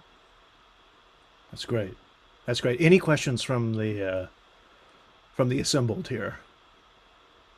Oliver, that's very impressive. How big is your volunteer team at this point? We have 3 organizers and getting close to 4,000 volunteers on the campaign. That's great. That's great. Well, my goodness, no questions? Well, Oliver, I'm certainly impressed. I'm certainly impressed. So what do you need? What does your campaign need right now? I think there's a few things we really need. We would love to keep growing in the East Bay. We did our first campaign rally in the East Bay last week in Alameda. Really fun meeting folks. And we'd love to keep doing that. We'd love to have more canvases, have more events. So if folks want to volunteer and become one of our campaign captains and represent us in the community, you can find our volunteer site on our website, which I believe is in the chat. And of course, if you want to make a financial contribution, we will not turn you down. We're not taking money from any corporate PACs. So no corporate landlords, no APAC, no for-profit prisons. And so this campaign is funded really by regular people. And another thing that makes us very unique is we're not putting our resources into things like the campaign consultant class. Not every, but most of our dollars are reinvested right back into the community, training our thousands of volunteers. So if that's something that you believe in, then make a contribution. That's great. Joaquin, I saw your hand up. Go ahead. Go ahead and unmute. I don't hear anything. Oliver, thank you so much for making time today. Really, really, really inspiring. Thank you so much. Thanks so much for having me. Thanks for the work you do, and I hope to work together. Bye. Thank you, Oliver. Just a quick plug for all of you who haven't renewed your membership dues. Go ahead and do that. Check out the link in the chat, or I'm sure on the video description that you have here on YouTube or Facebook or however you're watching this. All right, we're going to. This is a very weird situation for our group. We're going to talk about Richmond, and it's fair to say that there's been a huge political earthquake that's happened there, centered around the Richmond mayorship. We have 2 candidates here for that upcoming election. Both of them are friends of our revolution. Our revolution has worked very hard for both of them in many elections and re-elections. Both have distinguished themselves as progressive fighters for working people, for the climate, and for justice. The Richmond Progressive Alliance has endorsed our upcoming guest. She is the city council member for District 6. She is Claudia Jimenez. Claudia, go ahead. Hi, Mark and everybody, and thank you so much for having me. Again, Claudia Jimenez, and I have proudly served on the city council in Richmond since 2020. I am a mother and an immigrant from Colombia. Before coming to the U.S., I was a licensed architect designing affordable housing. That experience shaped my commitment to building communities where working families can thrive. I later earned my master's degree in environmental planning from University of California, Berkeley, where I focus on sustainable development and equitable cities. Before serving on the city council, I worked closely with the immigrant community in Richmond and in Contra Costa to expand access to healthcare, jobs, housing, and education. I saw firsthand how local government decisions impact everyday life, whether families can stay in their homes, whether young people had opportunities, and whether neighborhoods feel safe and supported. When I ran for city council, I promised to focus on practical solutions that improve people's lives. Over the last several years, I am proud of what we have accomplished together. One of the most important areas of work that has been stabilizing Richmond finances. When I joined the council, the city was facing serious financial challenges. Through responsible budgeting and reforms, we moved Richmond from deficit to 3 years of surplus, improving our credit rating, and strengthen our long-term financial outlook. We also, and I was proud to say that I led all this work to get the city out of predatory financial agreements that were costing the city millions and work to end those deals, saving Richmond at least $98 million. Those resources are now being invested, and it gives us a better outlook in our finances. We also help, and I was part of the negotiation of a historic $550 million settlement with Chevron, which will help fund Richmond's future and allow us to invest in infrastructure, environmental restoration, and community services. At the same time, we have focused on improving quality of life for residents across Richmond.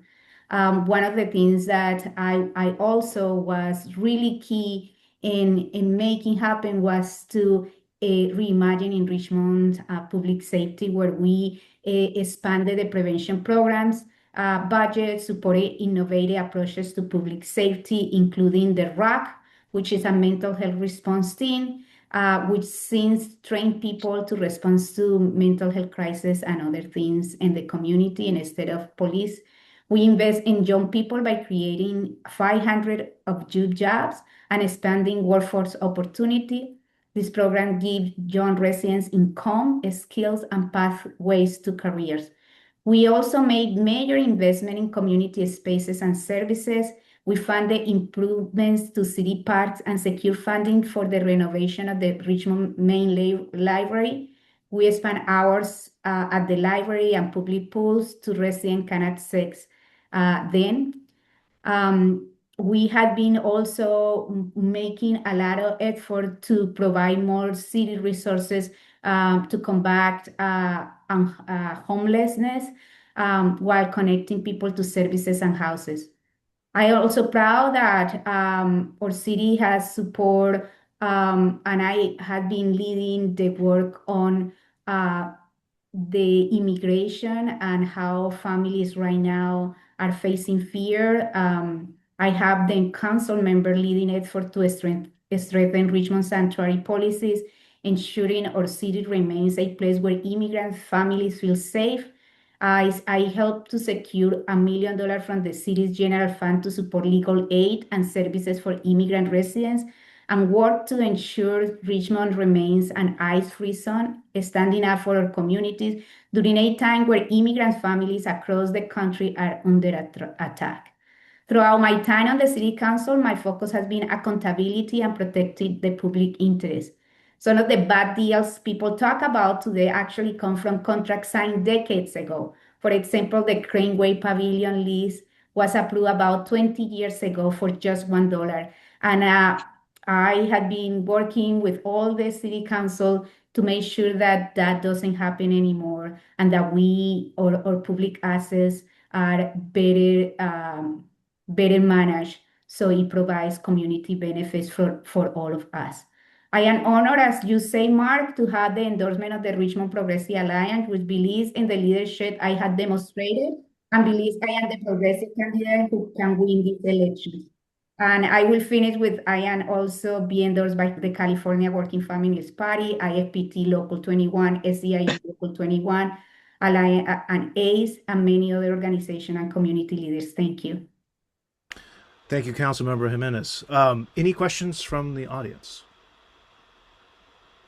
Any questions? Councilmember Jimenez, tell us why you are going to be the winning campaign in this race. Yeah, so one of the things is that I have the support of all the organization and the residents and the rank and file of all these organizations. I wouldn't have put my hat in the race if I didn't have all the support. Also, recent polling showed that I have the support more than any other candidate in this race.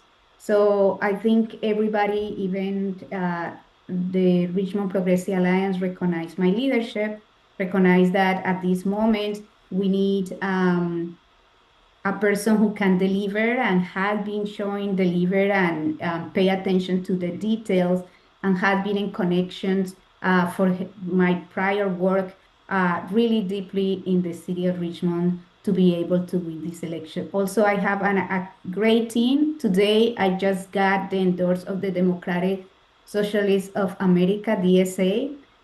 because they believe that I am the person who can win in this race. So I am going to have all the support. We just launched our campaign and we have over 20 people sign up, and we were going door to door yesterday and today, and we in these 10 or less than 10 weeks that we have a great team to put to work, and people are really excited, especially young folks are really excited for my campaign. Thank you, Councilmember Jimenez. Any questions from the assembled? Sudia, I see your hand up. Go ahead, Sudia. You're muted, Sudia. Better? There you go. Okay.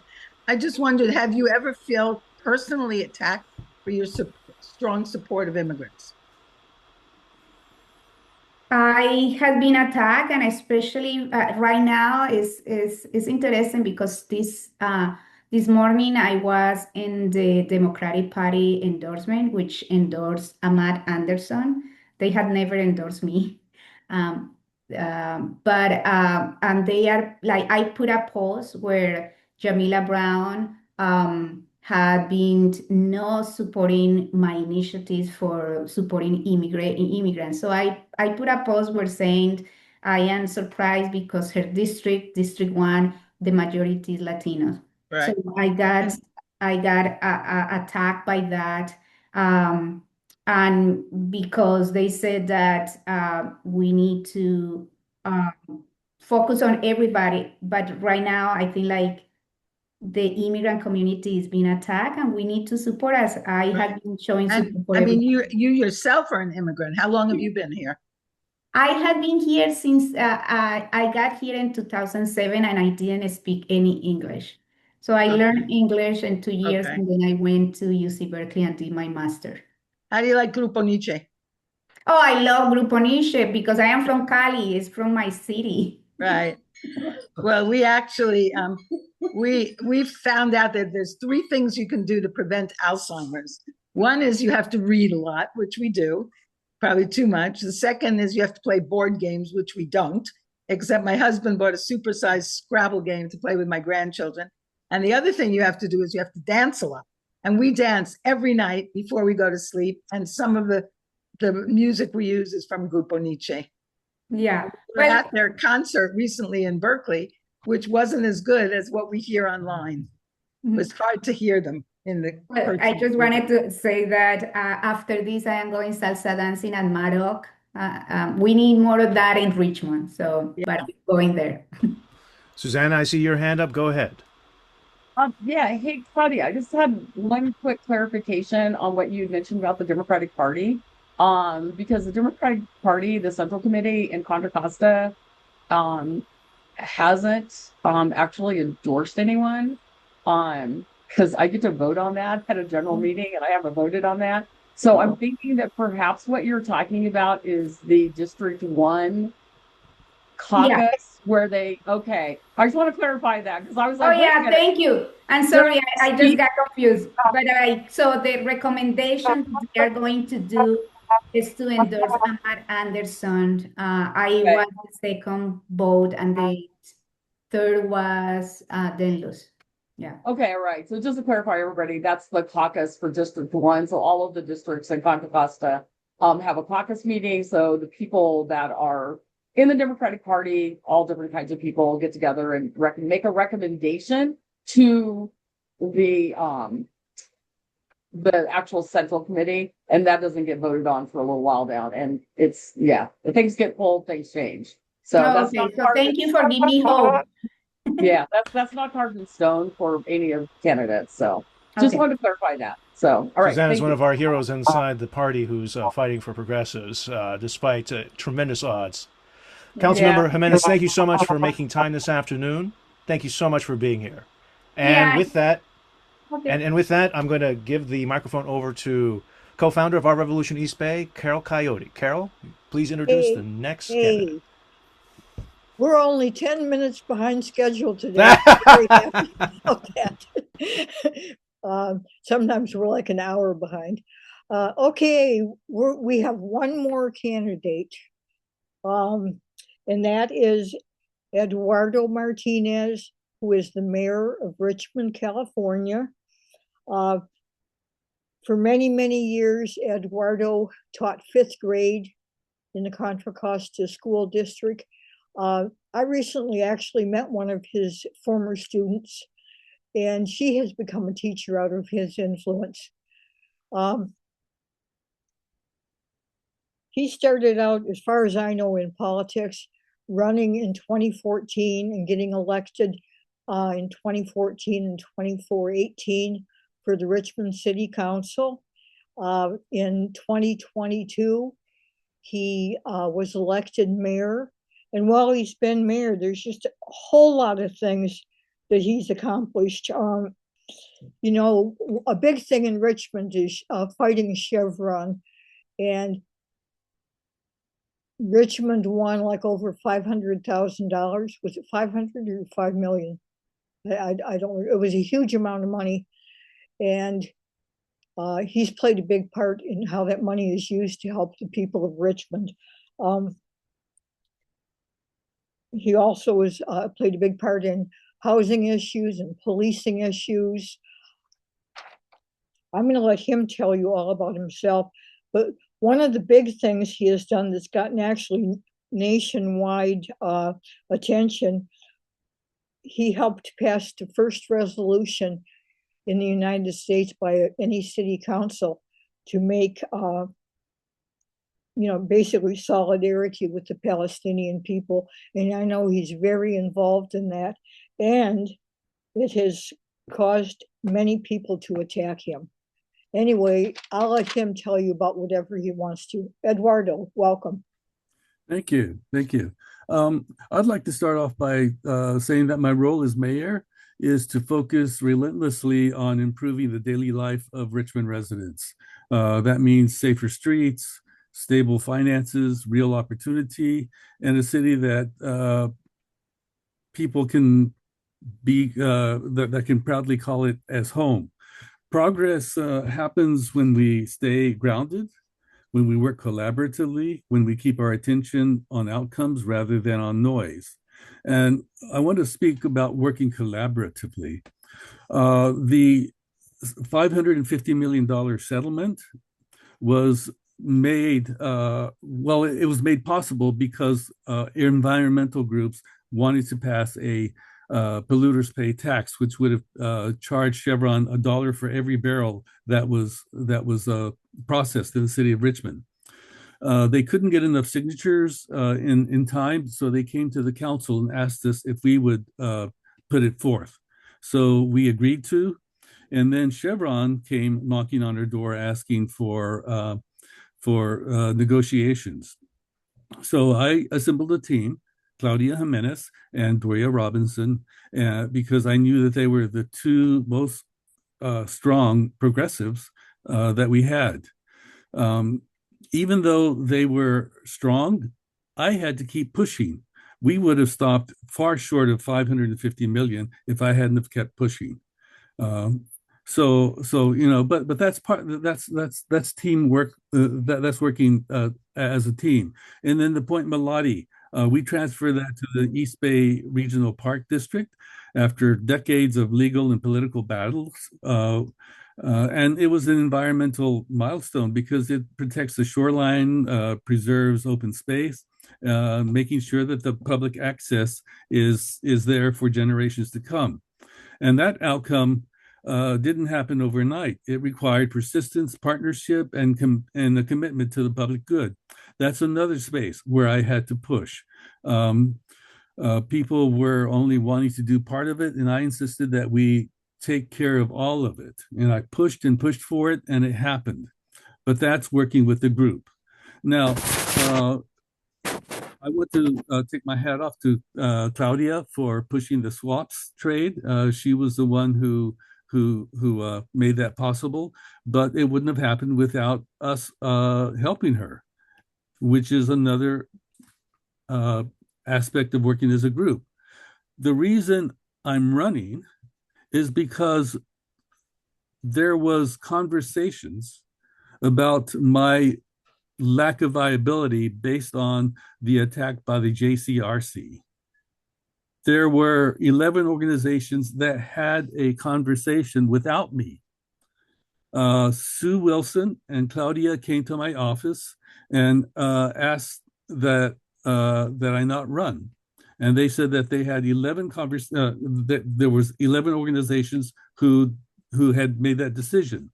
None of them had any conversations with me. And then when I tried to organize a meeting with them, that meeting was canceled. They wanted to meet with me individually. And the DSA, they came to my house to ask me not to run after they had given me endorsement. It was a unanimous decision to endorse me. And then they decided that they would take that endorsement away. Because they said it depended on the RPA. If the RPA endorsed me, they would stay with it. If the RPA didn't, they would take that endorsement away. We need leadership, not followers. So leadership happens with communication. The way that this came about was not democratic. It was not transparent. And that's why I have to run, because I'm making sure that we have a transparent democratic process. And I'm not really worried about, I'm sorry? We lost sound for a second. Okay. I'm not worried about the progressive not losing the ballot, because this is our first year to have a primary. And I suspect that we will have 2 progressive candidates at the end of the primary. Number one, because I'm activating votes that the RPA has not gotten. I'm activating the votes of the Nepalese community, the Tibetan community, the Yemeni community, the Muslim community. They are all siding with me because they understand that I stand up for the voiceless ones.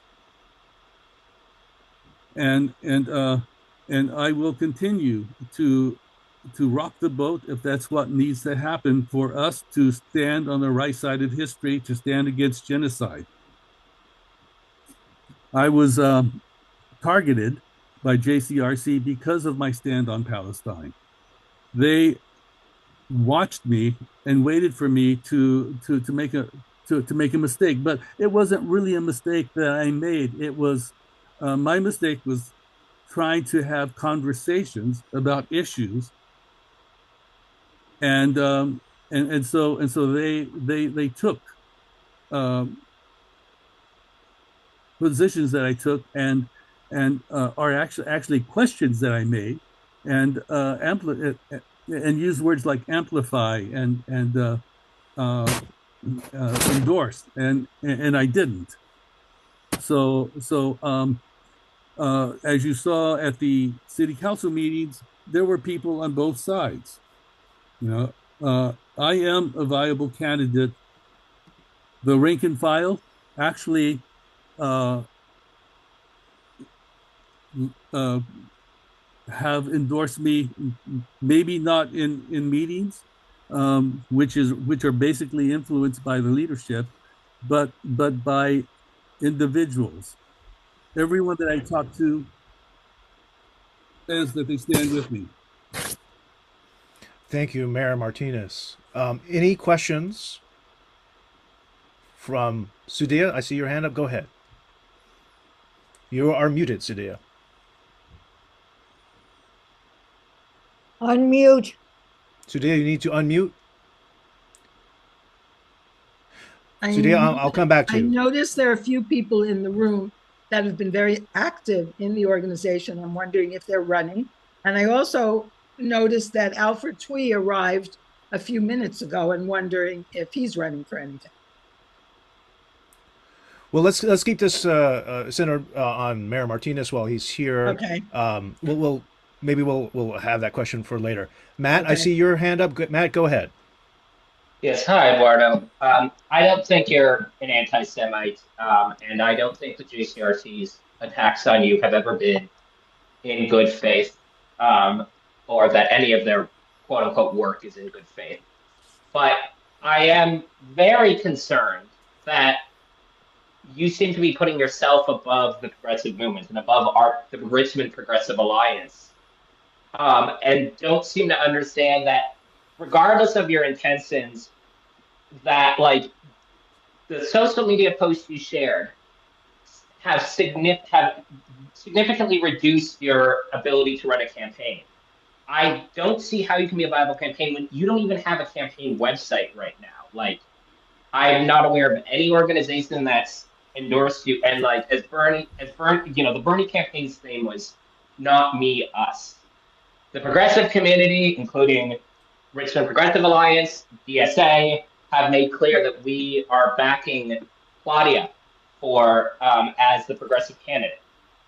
And like, there is a real risk that we could be locked out of the top two. Like, we know that this system was set up in place by the police union to try and hurt progressives. It's designed, it's designed so that the first round is in a low turnout election. We can have having two progressives running against two corporate Dems really risks us being locked Matt. out. Yeah. Okay, Eduardo, go ahead and answer that. Yeah. The RPA should have thought about that. I'm a team player. They know I'm a team player. They should have had conversations with me. But to do it behind my back and then to come to me and say that 11 organizations have decided without any input from me, any arguments or thought from me is not democratic. How can anyone endorse an organization that operates in that manner? I think that at the end of this election, we need to have a conversation about how we run democratic organizations. For the DSA to, after giving me a unanimous rank and file endorsement, to go back and convince their membership to take that back and endorse someone else because the RPA endorsed someone else is ridiculous. Either you're a leader or you're a follower. And we seem to be bowing to the JCRC because you yourself have said that I'm not an anti-Semite. People know that I'm not an anti-Semite, but you're banking the fact that JCRC said I was as making me a non-viable candidate. If you talk to most people in Richmond, they won't even know about that. And most people in Richmond will still support me because they know me. They have seen me on the street. They have talked to me. They know who I am. And they know that I'm not an anti-Semite. And if they see any literature that says I am, they'll know that it's bogus. Just like Chevron published all that nonsense about the RPA candidates. People who knew us knew that it was bogus. And so they ignored it. And that's what I expect people to do this time, to ignore the bullshit, to ignore the noise, and to focus on what I've accomplished. Thank you, Eduardo. Raphael, you have your hand up. Go ahead. Yes, sorry, I'm not on video. I'm actually working right now, so I'm just taking a moment to speak here. Following up on the prior question, you spent a lot of your introduction, Mayor Martinez, talking about the importance of working collaboratively with others, and how in particular you've been working to empower Claudia Jimenez and been working with other groups basically to get things done. And then you said that, these groups and these people no longer support you. I understand your anger over the way that that decision was made and communicated to you, but is there something those groups could do to address those concerns? they should have addressed those concerns before they even happened. All they had to do was have conversations with me, which they chose not to do. Um, it seemed that there were, well, actually, I won't get into that, but Go ahead. Yeah, uh, by not running, I would be endorsing the process that they used in order to choose another candidate. And the only way that we can address that is by having this race, whatever the outcome, and then having that conversation later. So I'm willing to have that conversation.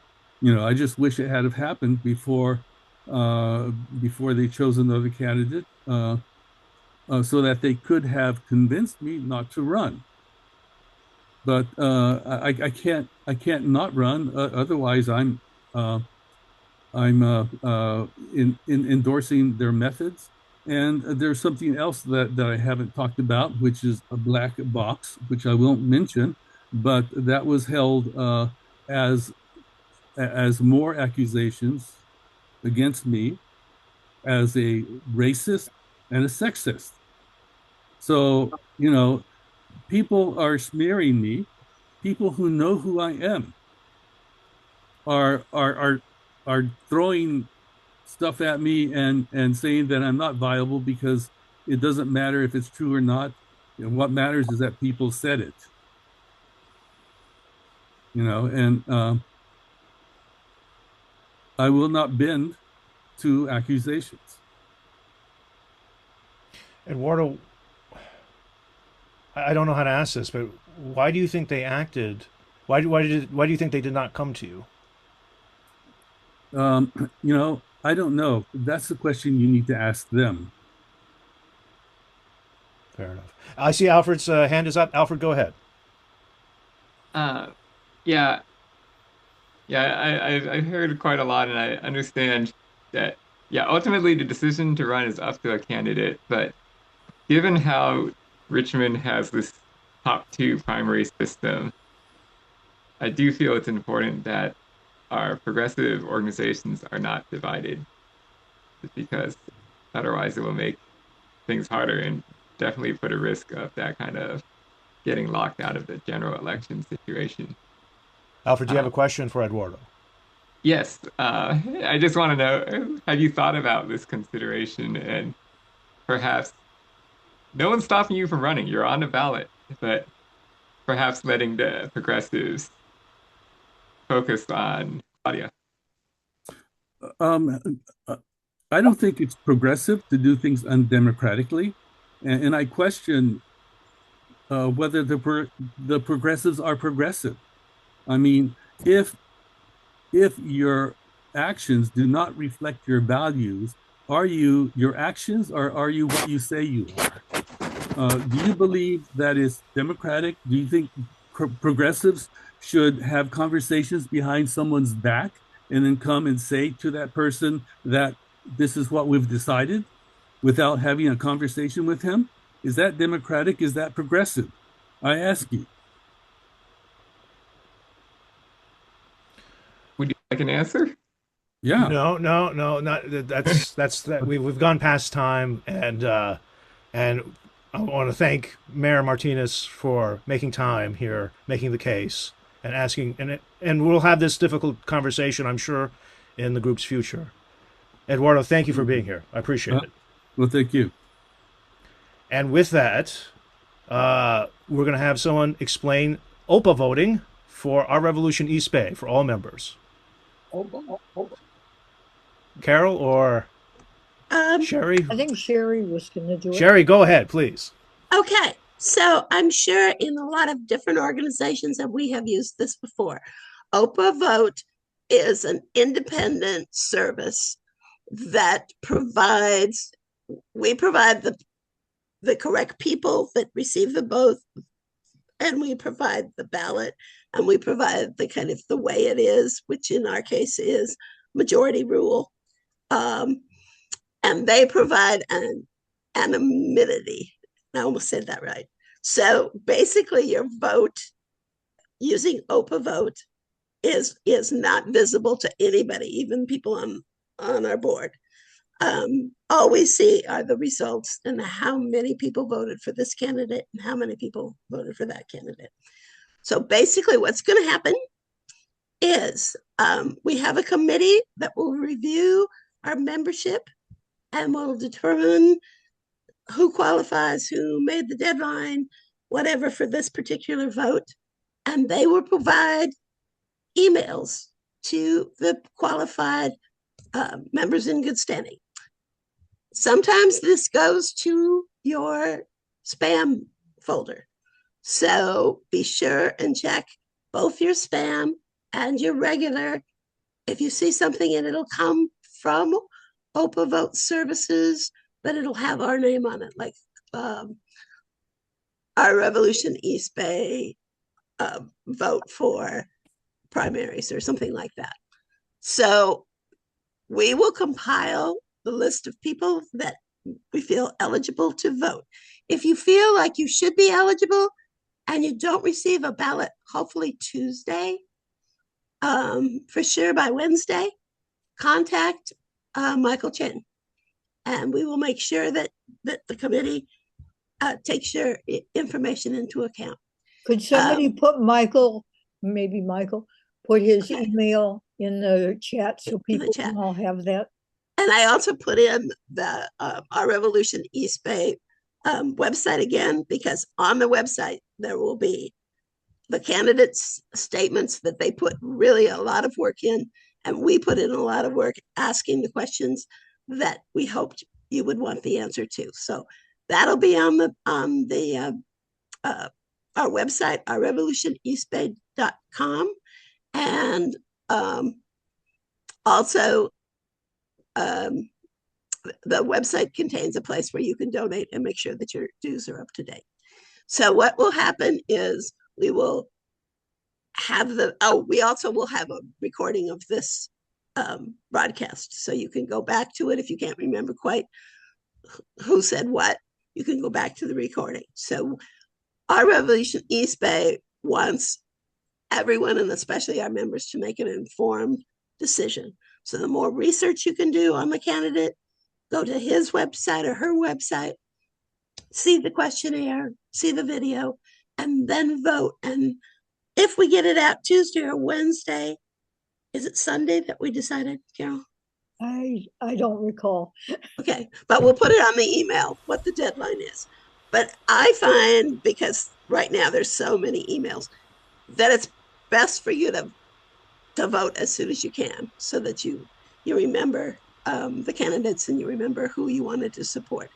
This is the first of our endorsement meetings, and we will have more endorsement meetings. So if you didn't qualify to be a member for this vote, if you join today, you will qualify for the next vote, which will be in probably about a couple of weeks. Okay, Susanna. Oh, Sherry, on that note, everyone renew your membership. ourrevolutioneastbay.org. For those watching on YouTube and Facebook, ourrevolutioneastbay.org. Sorry, what are the rules to be able to vote at this meeting? I couldn't hear. Mark?